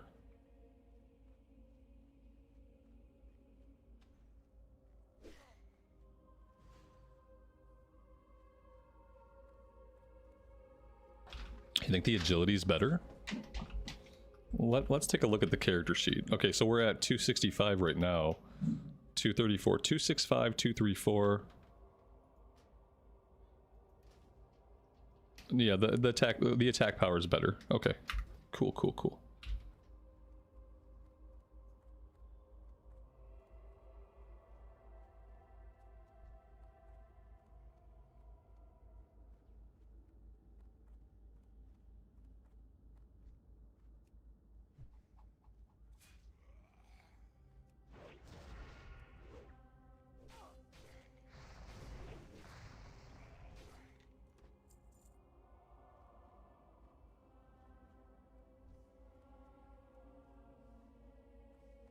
How I'm the same way.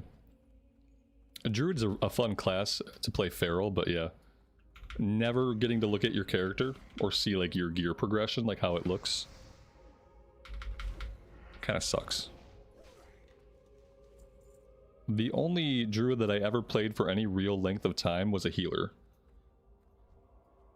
There was a time during Ulduar, original Ulduar, hard modes, we were doing 10-man hard modes, and I played a druid healer. And then most of the time as a druid healer, I got to see my character.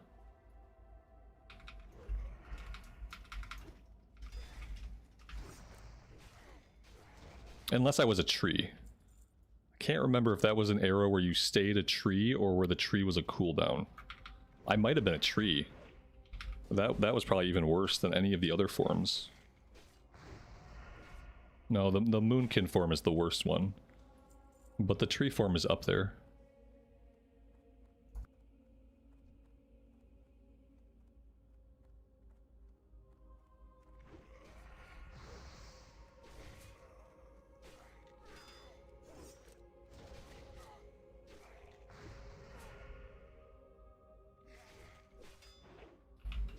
The trick with leveling as a balanced druid is like for a long time, you're meleeing a lot. Like you actually rely a bit on like your melee damage. If you're soloing, like leveling up as a balanced druid, it's really weird. And even doing that, like the kill rate is still slow.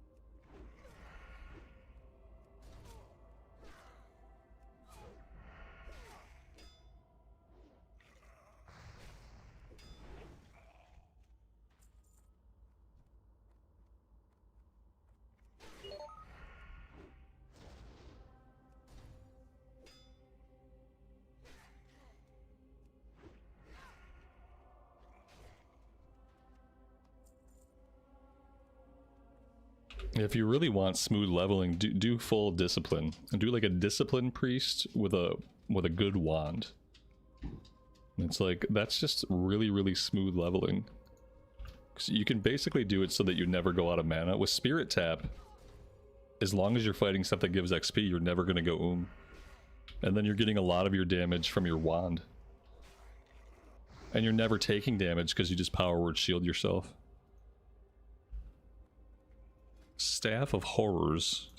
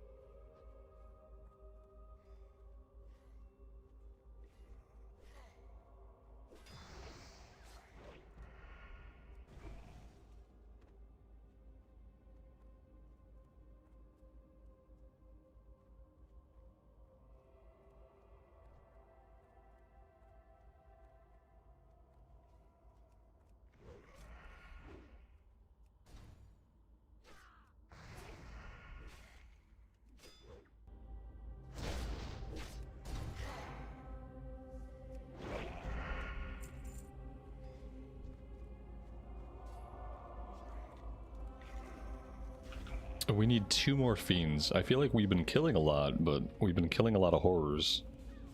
And not a lot of fiends, apparently. Do I get bored in life? Never. Not only do I get bored, like I embrace boredom. There's nothing worse than being excited and excitable all the time. It's draining. Why do you think I love auto attack builds? So I kind of embrace the boredom. Boredom is not a negative thing. It has no inherent negative connotations to it except those that we place on it. And oftentimes, like, the feeling of boredom being negative is only because we feel like there's something else that we should be doing, when oftentimes that's not really true.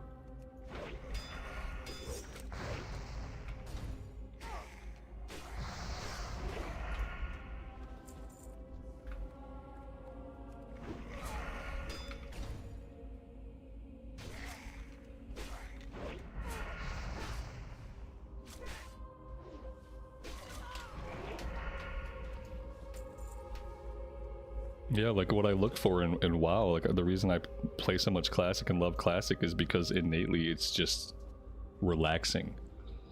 And so, you know, it's easy, you can say, well, it's boring. Well, sure. But, you know, for me it's relaxing, it's cathartic. So I would say yes, I'm often bored, but with none of the negativity that's usually attached to that word.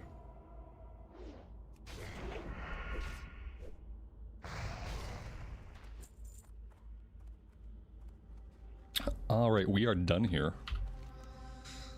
We're gonna hold off on the ghouls, because we're gonna do the ghouls with the next Night's Watch quest. Let's hearth back to town. Yeah, I feel like that's the right move. We're gonna be coming basically right back out here, but we need to pick up the next quest.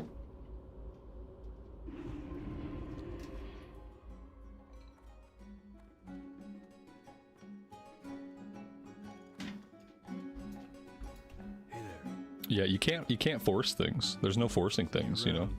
For the Alliance. That happens to me a lot with retail, though. You know, it used to happen a lot back in the day.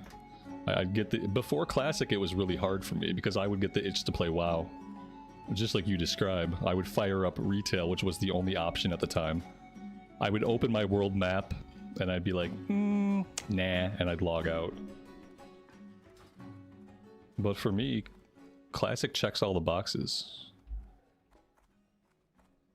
Everyone's different. Everyone's different. When you, even if you want to like something, you can't force it. Farewell. Safe travels. The agility gives crit chance, dodge, and attack power. That's a fair point. You know, the agility's doing other things for us besides the straight attack power. Let's see.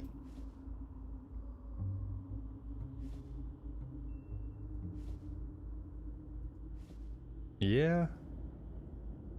I don't know.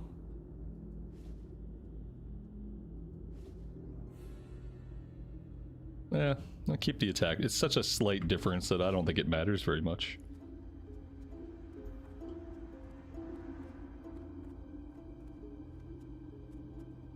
Do I try to set goals for my play sessions? Not in Classic, really. I find that with retail I have to. Like, when I play retail, I have to say, like, I'm gonna do these quests, I'm gonna do these dungeons, I'm gonna do it this way. And I have to have, like, a very, very determined goal in mind to even motivate myself to play. But in Classic, I don't need to have any goals. All I need to know is which character that I'm gonna log into today. That's all I need to know, because I know that no matter what character I play, I'm gonna enjoy my time.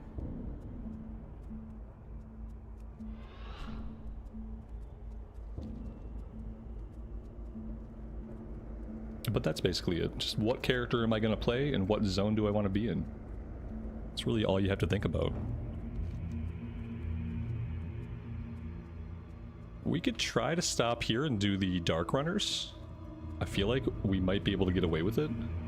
If I get my poisons going, if I get my elixirs going, if I do all that good rogue stuff. Maybe even a little bit of buff food since I went through the effort to purchase and make these. Will I hit 60 before pre-patch? I don't know. I doubt it. And that's okay. The Burning Crusade is the best version of Classic. So if I don't... I want to hit 60 during pre-patch. Not before. Because leveling gets smoothed out in TBC. All the elite quests that you can't do without a group, those get turned into solo quests, so I can do all those. They add quests to a bunch of zones, like Dustwallow Marsh gets a bunch of questing put into it. That's good for like level 38 to 42 characters. I'm not rushing to get to level cap, but it'll happen eventually. Oh god. This area is always like much more dicey than I think it's going to be. If I had poisons up, we would crippling poison this guy. And then he would not be able to run away. So let's fix that situation.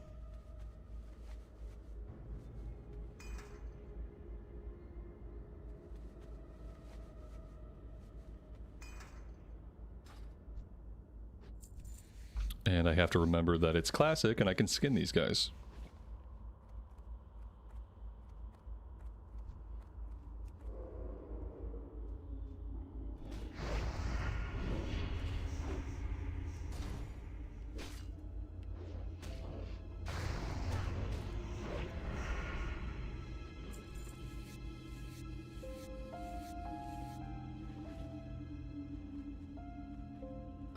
What's my favorite zone? Eversong Woods. Eversong Woods, the Draenei starting area, Elwyn Forest. But Eversong Woods is probably at the very top. Alright, we have a group here. This'll make the kill quest a lot easier. Usually I avoid groups unless it's like an elite quest, but I think for this one it's okay. Especially because if we don't join this group, these guys are going to tag everything in sight anyway. Oh, we got a couple of skinners here. Gonna have to share these skins. Maybe they'll go kill some stuff while I skin. That could work out for me.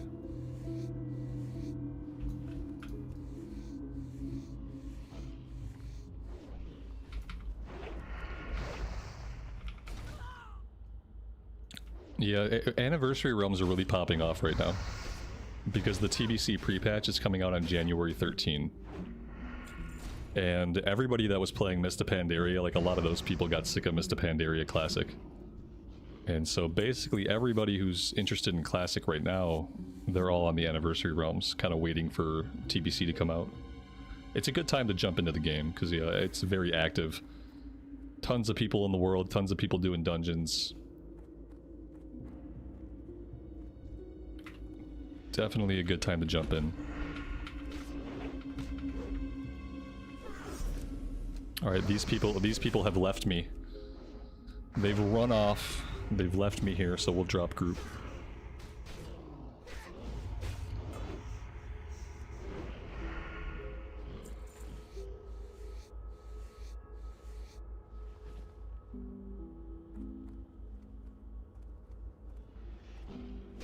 Will there be a Joyous Journeys buff? That's a really good question.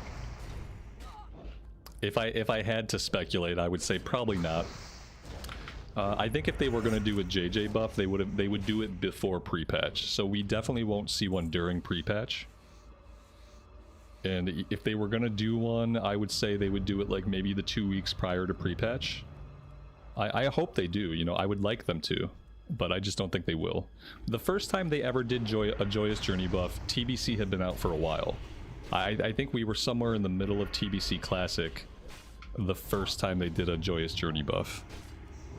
And I would kind of expect them to maybe follow that same cadence. But who knows? They gave us that, you know, we had that 2-day period where we all had Infinite Dragon Slayer buff. That was fun. So who knows what they'll do? We could log in one day and have the Joyous Journey buff. Like, it wouldn't really shock me. I just don't think they're planning on it right now.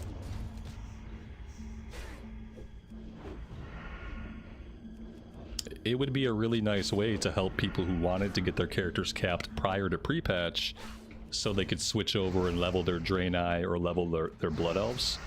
I think it would be a very kind thing for them to do like a 2-week Joyous Journey leading up to the pre-patch. Also, that would get people really hype. People always come back to Classic when there's a leveling buff, and it would be a good way to get people to come back prior to pre-patch coming out.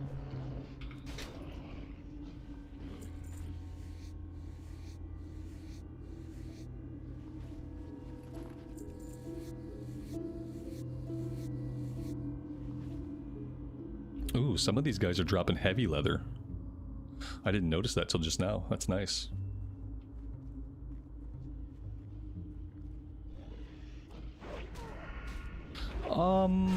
Can we kill 3? Without evasion, I don't know if we can kill 3. We have potions. I really don't want to lose my elixirs, so I'm kind of hoping we can take these guys. Ooh, I don't know. Ooh, I don't know. We need some crits. I'm gonna pop the potion. We're gonna gouge that guy for a minute. Stop some of that DPS from coming in. This is gonna be close. I don't think we got this. Okay, alright, let's sprint out of here. Alright, we got 2 of them. If only I could drop this guy. I really don't want to lose my food buff and my elixirs that I just put up a couple minutes ago. Okay, we're good. We dropped aggro. Let's go ahead and bandage up. I didn't buy any food. I meant to buy like a surplus of food that's actually at our level, and I just didn't do it. My bad. You're right, I have vanish. I'm just not used to having to get myself out of trouble, so I don't even think about it. But that's a good call out. I have reagents for it.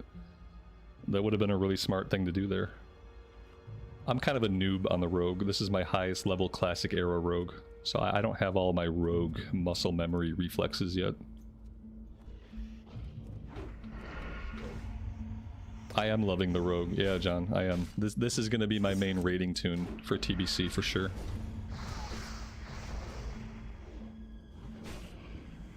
Yep.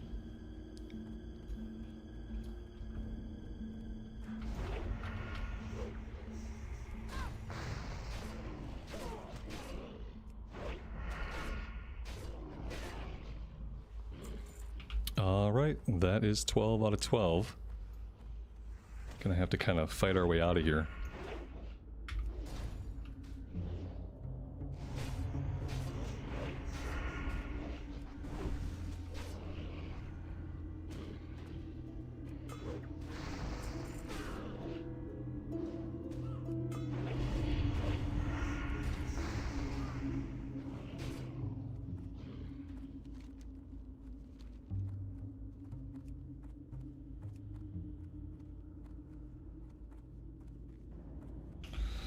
What do I normally main? I normally play way too much warrior. Yeah, I normally try to main like a DPS warrior, and it just never quite works out because nobody really wants DPS warriors. I would say DPS warrior and Paladin are probably the classes that I play most in Classic era.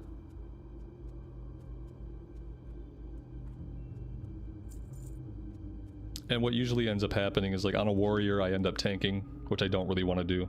And then on a Pally I often end up healing, which I don't really want to do. So for my main, I'm just going with a straight DPS. Somebody who can't be asked to heal or tank.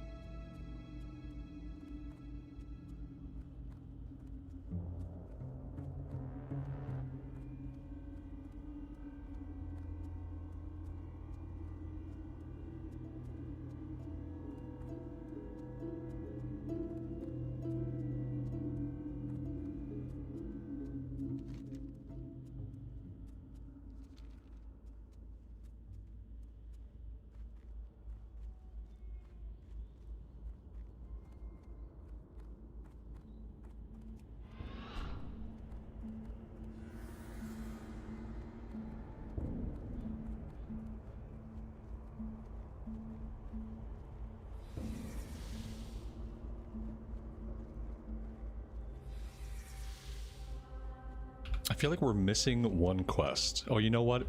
I think it's Abercrombie's follow-up. Yeah, I'm pretty sure he's going to have another quest for another part of the ghouls. So we should end up having 3 quests to kill the ghouls. If this works out how I think it will.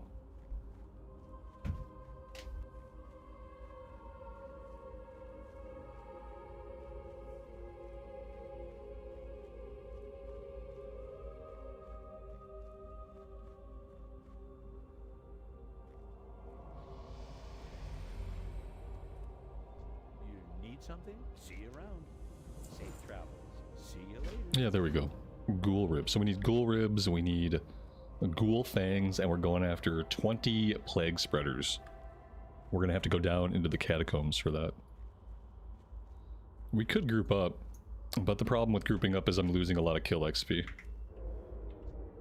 So we'll try to do it solo. Unless there's just no mobs. Like, if we can't get tags, then we'll consider grouping up with somebody. And yeah, a lot of times this place ends up being way over farmed. Oh yeah. I see, I see. Wow. Oh yeah, great. We have a mage here that just tagged everything. That's fun. I'm glad I didn't get on that aggro chain. Oh, they're an AoE mage. Oh, even better. AoE mages are like they're like a blight on normal levelers, because they just come into areas like this and they take every single tag. All right, let's go deeper.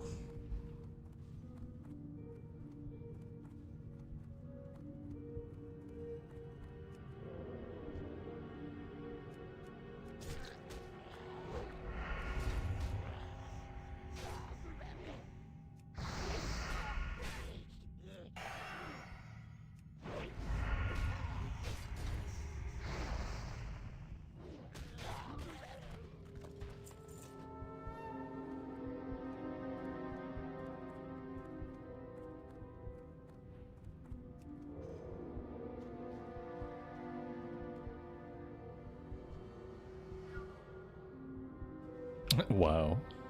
Oh, this is gonna be fun. This is gonna be a lot of fun. I don't want to say it, but we kind of need to get this guy killed. He might get himself killed if he keeps doing stuff like that. I need that AoE mage to go away. Wow, this looks completely insane. Yeah, see, this is not cool. This is not okay. This is a blight. I don't like this. I'm not a fan.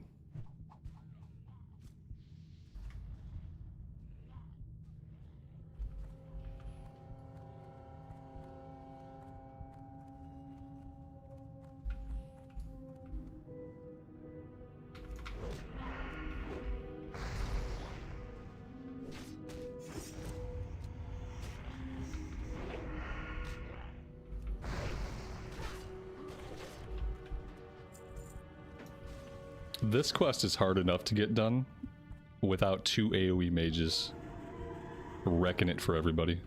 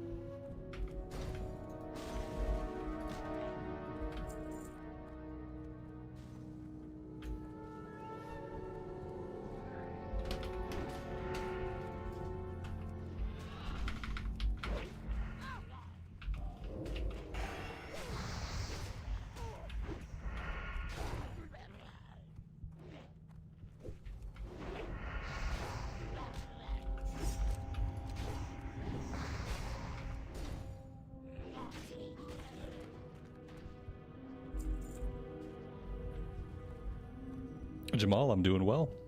Thanks for asking. Thanks for being here.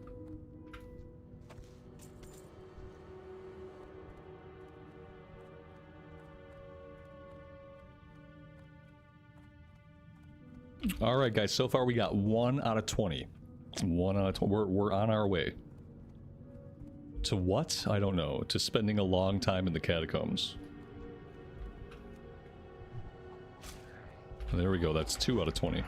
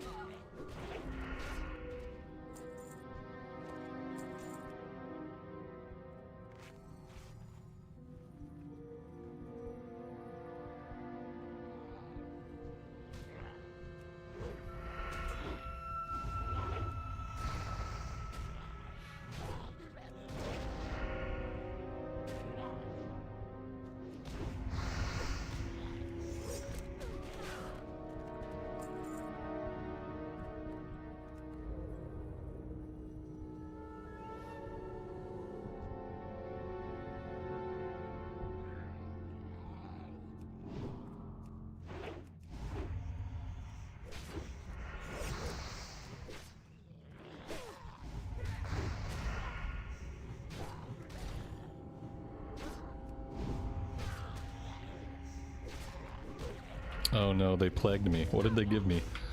Wandering Plague. Physical damage taken is increased by 5. Stamina reduced by 10. 10% chance of spreading Wandering Plague on hit. I wonder if you can spread it to people who are not in your party.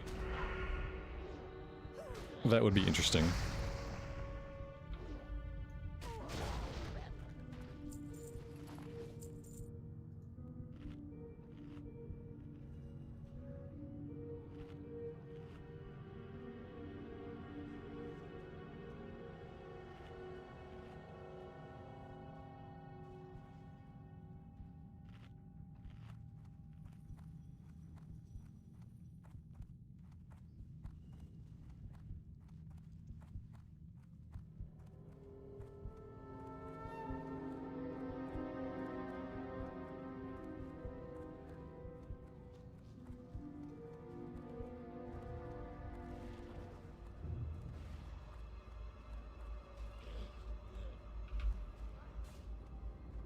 Oh yeah, definitely. Classic actually feels like a video game. It feels like a real RPG. That's not really what retail is anymore. Retail is more like a multiplayer ARPG at this point. And it's really good at what it does. Like, if you're someone who really loves the mythic grind, then, you know, retail has those things that it does really well. But what it doesn't do well is, like, overworld content. Overworld content in the sense of, like, just being immersed in a living world. Like, some of the overworld content's not bad. It just doesn't feel like an organic, cohesive world the way that vanilla does, the way that classic does. I would say, like, you know, all the way up until Cataclysm, the game has an amazing, just immersive feel. And slowly, the immersive feel got leached away over time as they chose to focus on other parts of the game.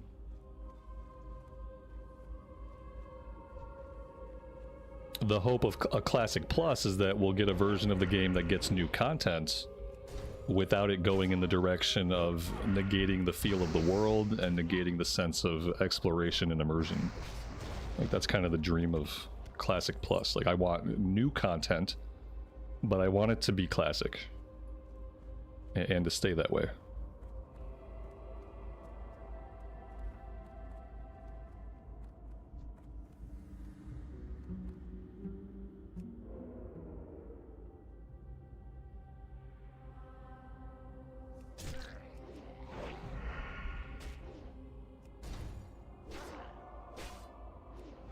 While you level up, hardly any of your stuff matters in retail. Like, the gear matters a little bit sometimes. If you hit, like, certain thresholds and your gear is really bad, you'll feel it.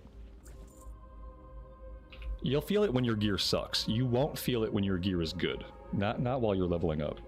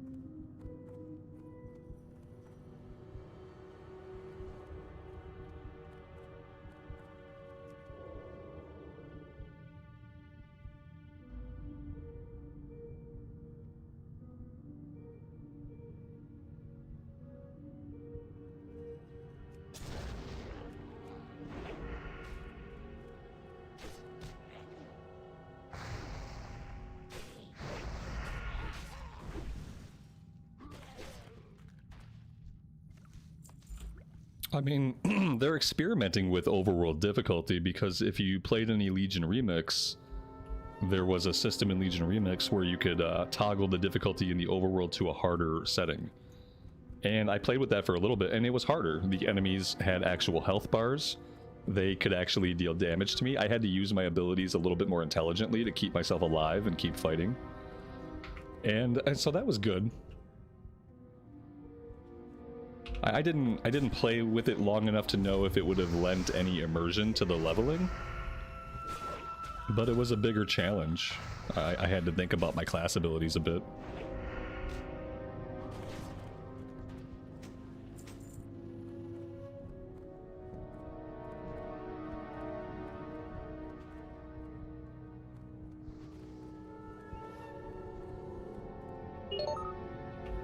But I mean, they can increase the difficulty, but at a certain point, what matters more is like the design of the areas.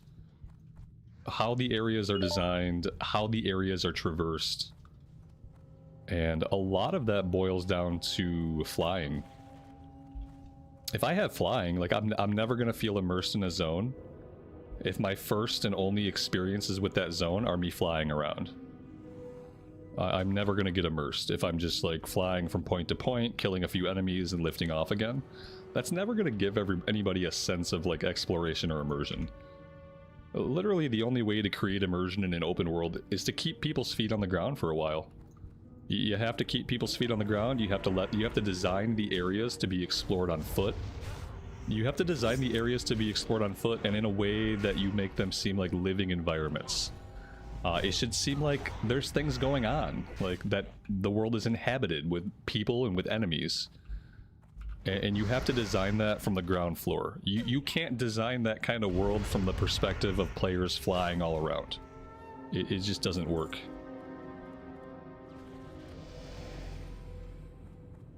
Yeah, it takes away from the adventure. I like flying being in the game, but the first time that your account does content, you shouldn't have flying. Flying should have stayed something that you unlocked once you got a character to max level, whatever the current level cap is. You play the game as intended, you get a character to level cap, then you unlock flying. And then subsequent journeys on alts are easier because you've already seen the content once. That was the best model that they had, where you just had to play a bit of the expansion before you unlocked flying. And that let them still design zones that were meant to be traveled through. But they don't design zones to be traveled through anymore. They design zones to be flown across.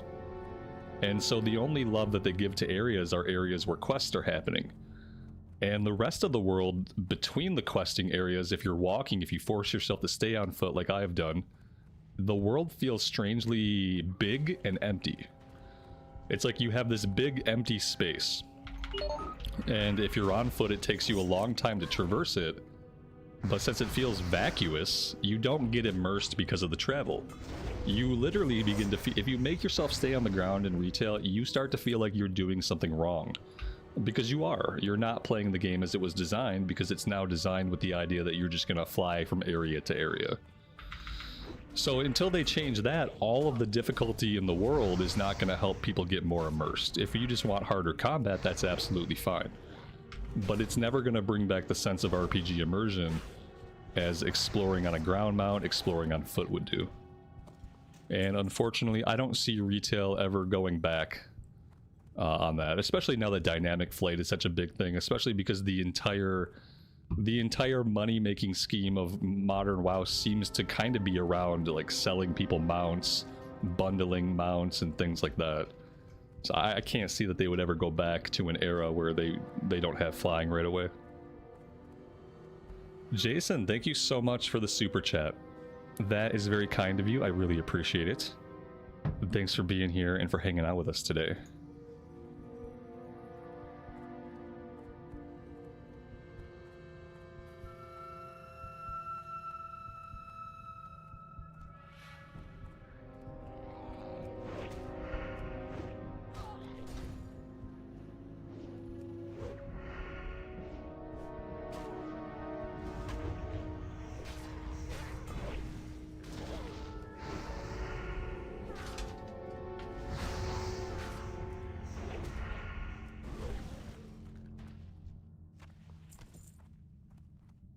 Yeah, you would never see an area like this in retail where players come here and they spend enough time here to get bottlenecked. And you know, you're fighting for tags, you're spending a lot of time in this area. And you will never do a quest like that in retail.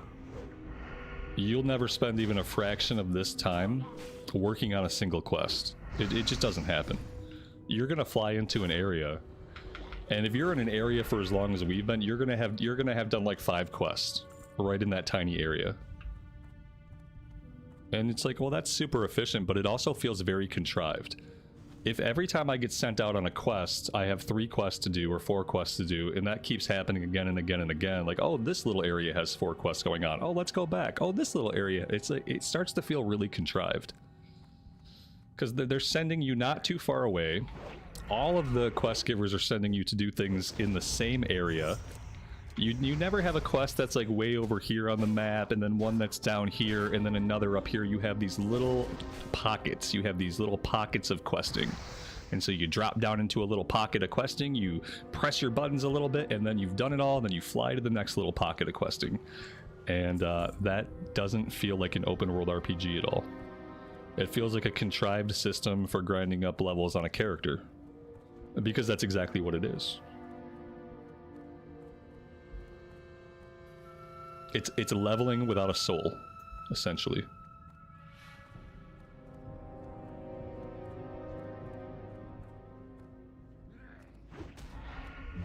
And I think nowadays in retail, I think they try to create some kind of RPG immersion through the storytelling. But I don't want to sound rude, but the storytelling is all very mid. And they don't take any chances with it.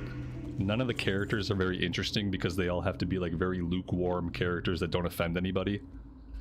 And so the storytelling doesn't make it an RPG either because the storytelling is so mid. It just doesn't hit any of the marks. And that's okay.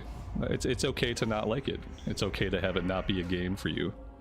And that's kind of where I'm at, where I kind of accept that it's not really a game that's designed for me anymore. And I don't need it to be. As long as they're going to actually make a Classic Plus eventually, then I don't need retail to be a game that I play. I don't need them to change anything in retail to make it better for me, because I simply am not a consumer of retail. But what I do need is some news about Classic Plus.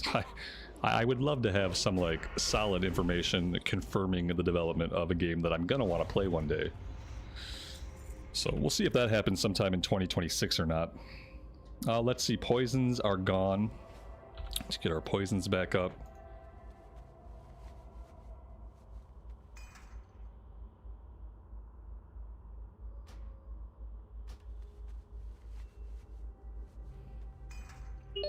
CNET, welcome back, buddy. I hope your workout was good.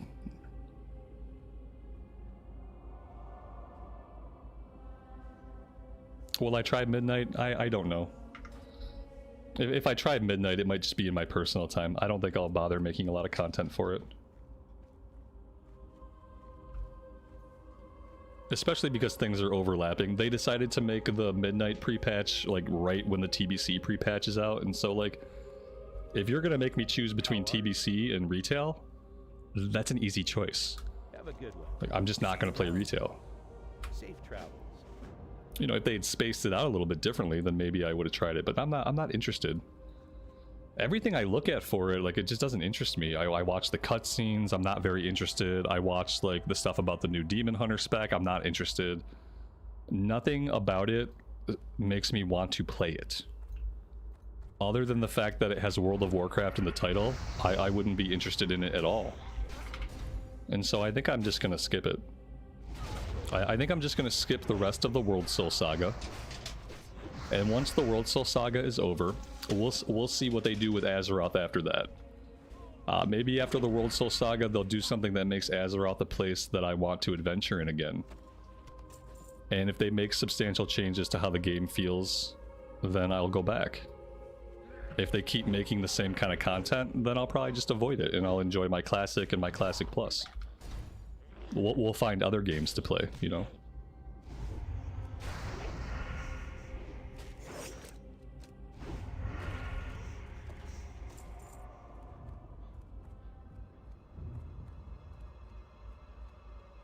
We'll just spend our time getting every single class to 70 in TBC. And that'll probably be a much better use of my time.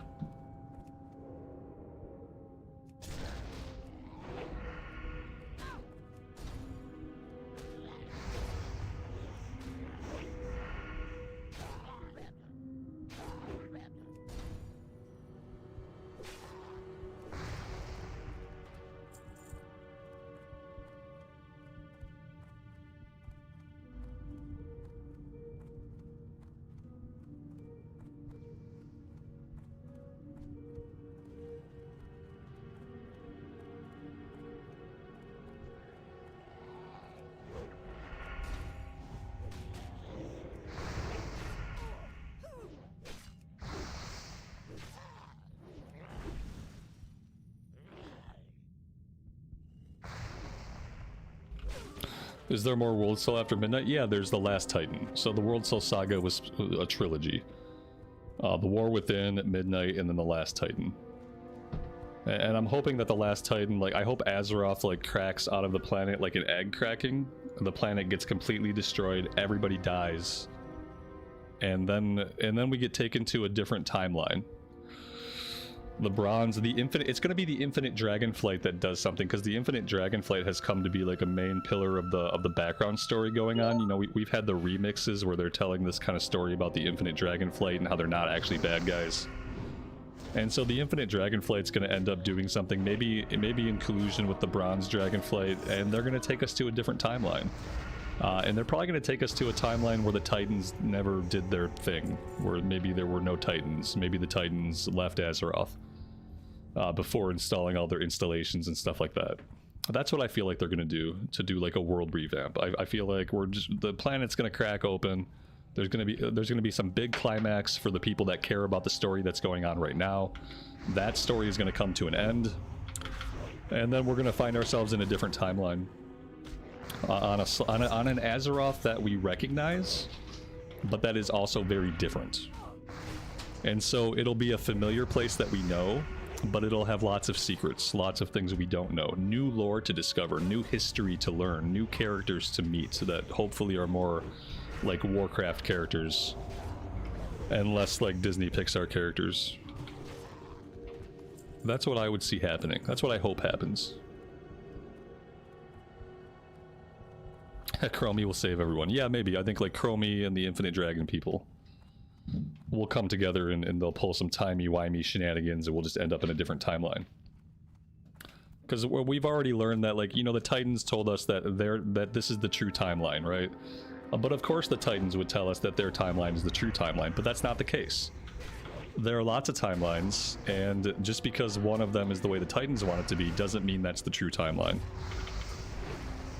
Because the Titans are dicks. We know now that the Titans are apparently all dicks.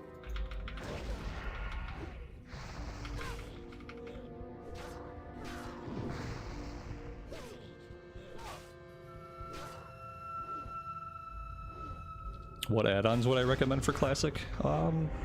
Take a look at my add-on list. Like, Questie is good for, like, questing, and then Dialogue UI is really good for, like, nice quest boxes that you can actually read. Baganator is good for inventory. I don't use too many add-ons, but I feel like the ones I use lend a significant amount of quality of life without really being gameplay impactful.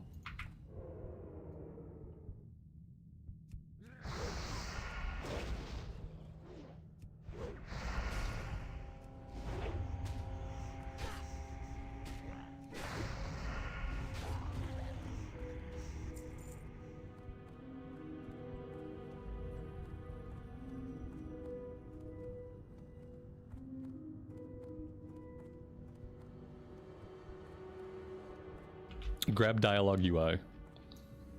Yeah. Dialogue UI makes your... If you care about reading the quests, it just makes your quest box look prettier. That's all. Yeah, all the add-ons I use are in the description.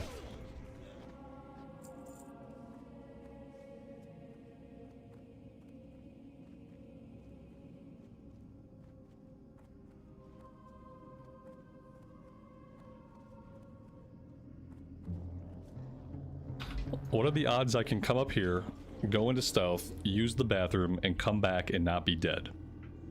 We're gonna find out. I'll be right back.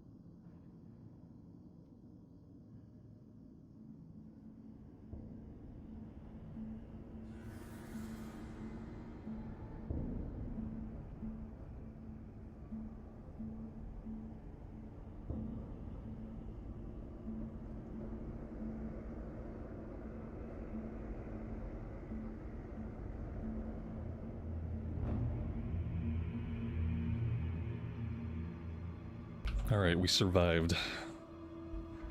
What do we need? We got 13 out of 20. We have been making slow but steady progress. We've got all the items we need, so we're done with everything besides the kill quest.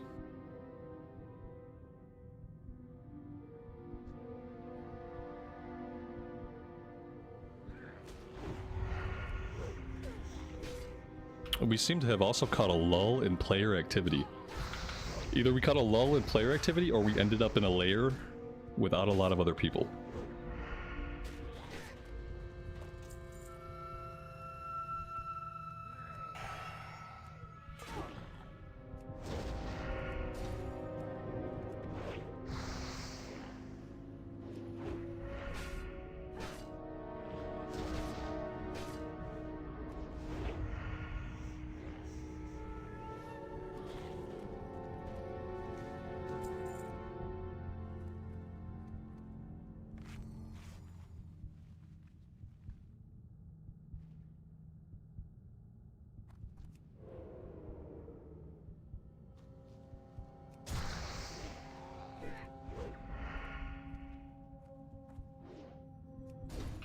Blizz had to add a 4th layer due to the player population? Nice.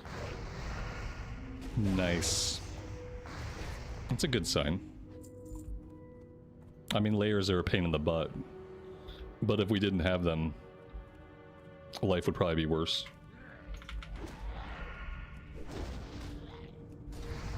That's a good way to kind of get a read on the population, I guess. Like, if there's a lot of layers, the population is high. If there's only a couple layers, the population is low.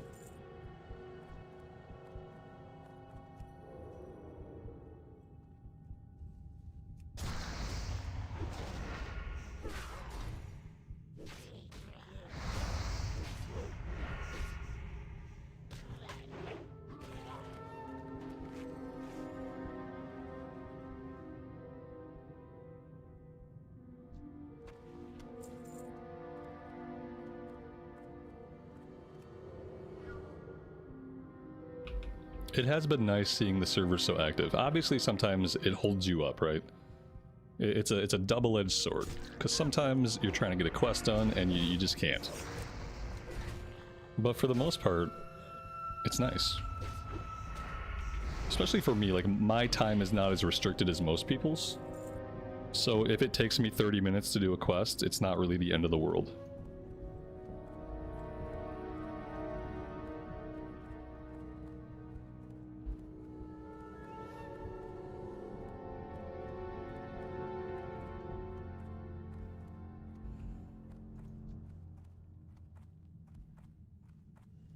We got really lucky with the last round of respawns, though.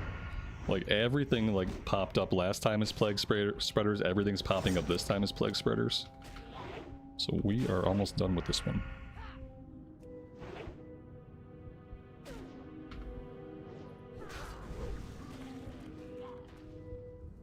Oh, I'm sure mining is a pain. Yeah, just wait until TBC when people are flying around.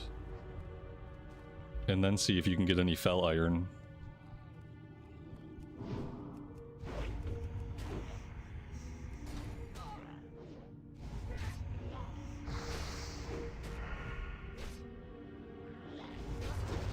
And then you'll have druids that can just swoop down and they can stay in flight form and they can just like mine the node with their beaks without having to shift out. Totally unfair to people who have to mount up.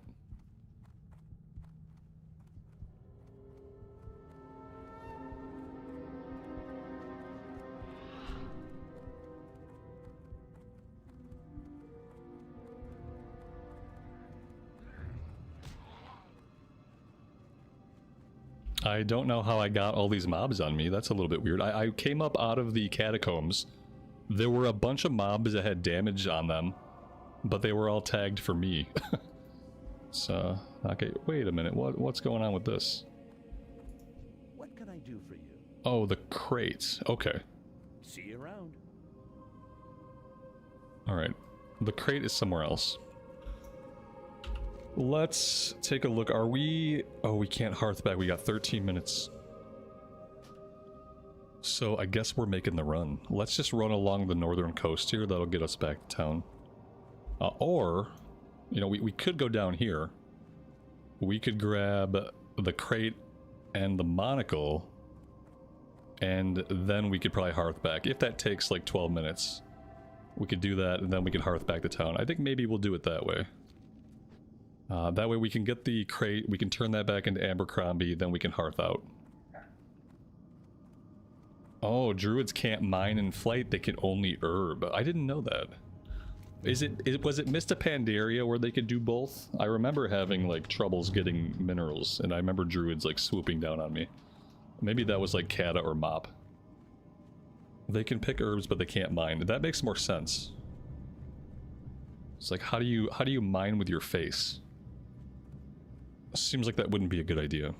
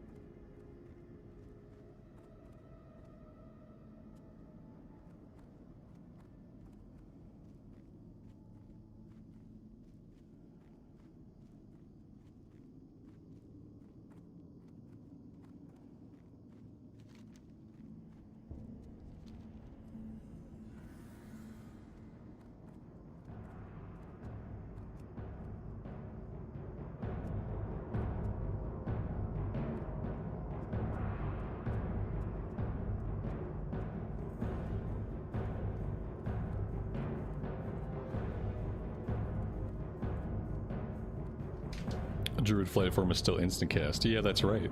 They just pop in and out. That's okay. It's what they get, you know, for having to be in a shapeshifted form the entire time they exist. They have to look stupid most of the time, so it's okay if they have some benefits, I suppose.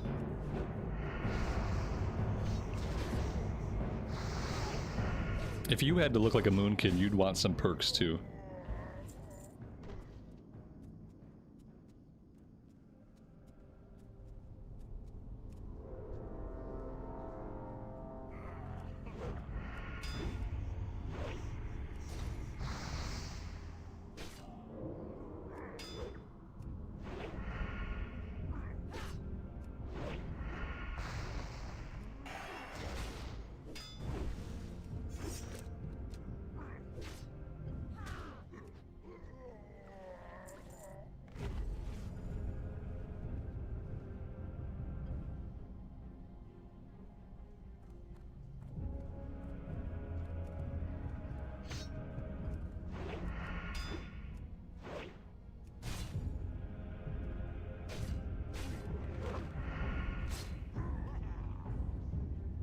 Do those really knock people back? Oh no. Well, that's rude. Just wait till they swoop in to grab a node and then hit them with a snowball. These guys are level 31. Oh no. I'm like, why is he not dead yet? Because he's level 31. And because your poison fell off of your main weapon. Maybe we came here a little bit prematurely. But we're here now. And the name guy's here, so I guess we're fine. He's only level 30. Pulling both of these guys? Maybe not a great idea. Huh. I'm gonna kill this guy and loot him really fast. And then we're gonna book it out of here. Oh no, I think I went a wrong way. Yeah, we made a wrong turn back in Albuquerque. Let's pop a potion. This escape plan is not exactly working the way I wanted it to. Getting chain dazed was kind of the nail in the coffin. I think we're gonna die, but that's okay. We looted the item. We got everything we needed. I'd like to not die, but you can't always get what you want. But sometimes you get what you need. But they can't still be chasing me. Okay, there we go. Perfect. That wasn't too bad. let's go turn this into Abercrombie and we'll hearth back to town.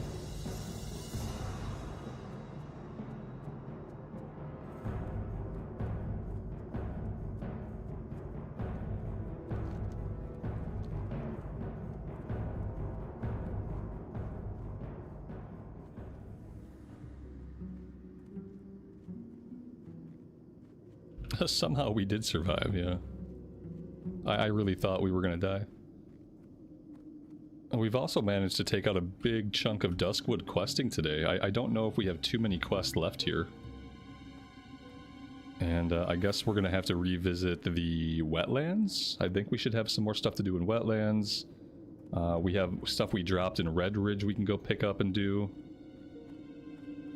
We're getting into that kind of iffy area of leveling where we kind of have to get to level 32 before I can go into Stranglethorn, otherwise we're going to be behind the leveling curve. So between what's left of Duskwood, what's left of Wetlands, and what's left of Red Ridge, we have to somehow hit level 32. I don't know if that's likely, but we're going to try. And then once we hit 32, we can actually go do Shimmering Flats before we do Stranglethorn. Which will be a little bit of a journey, but it's definitely worth it.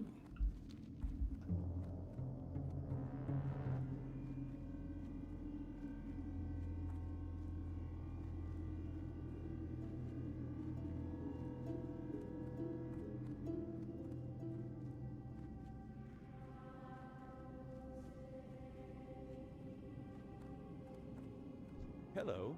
See you later. Have a good one. We still have 6 minutes on our Hearthstone.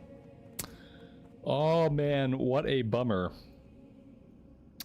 Amy, that's a good question because I was actually about to say I am out of time for today. I am all out of time. I have plans with my wonderful wife, and so I must go. I'll try to remember to hearth myself back later so we can get some rested XP, and I will be back online tomorrow. So I would love to see you guys tomorrow. We will finish up our adventures here, and then we will move on to Red Ridge and the Wetlands. So yeah, thank you guys for being here today and for hanging out with me. I really do appreciate all the support. Have a great rest of your afternoon or evening time, and as always, take care of yourselves, take care of each other, and we will see you back here again very soon. Bye for now.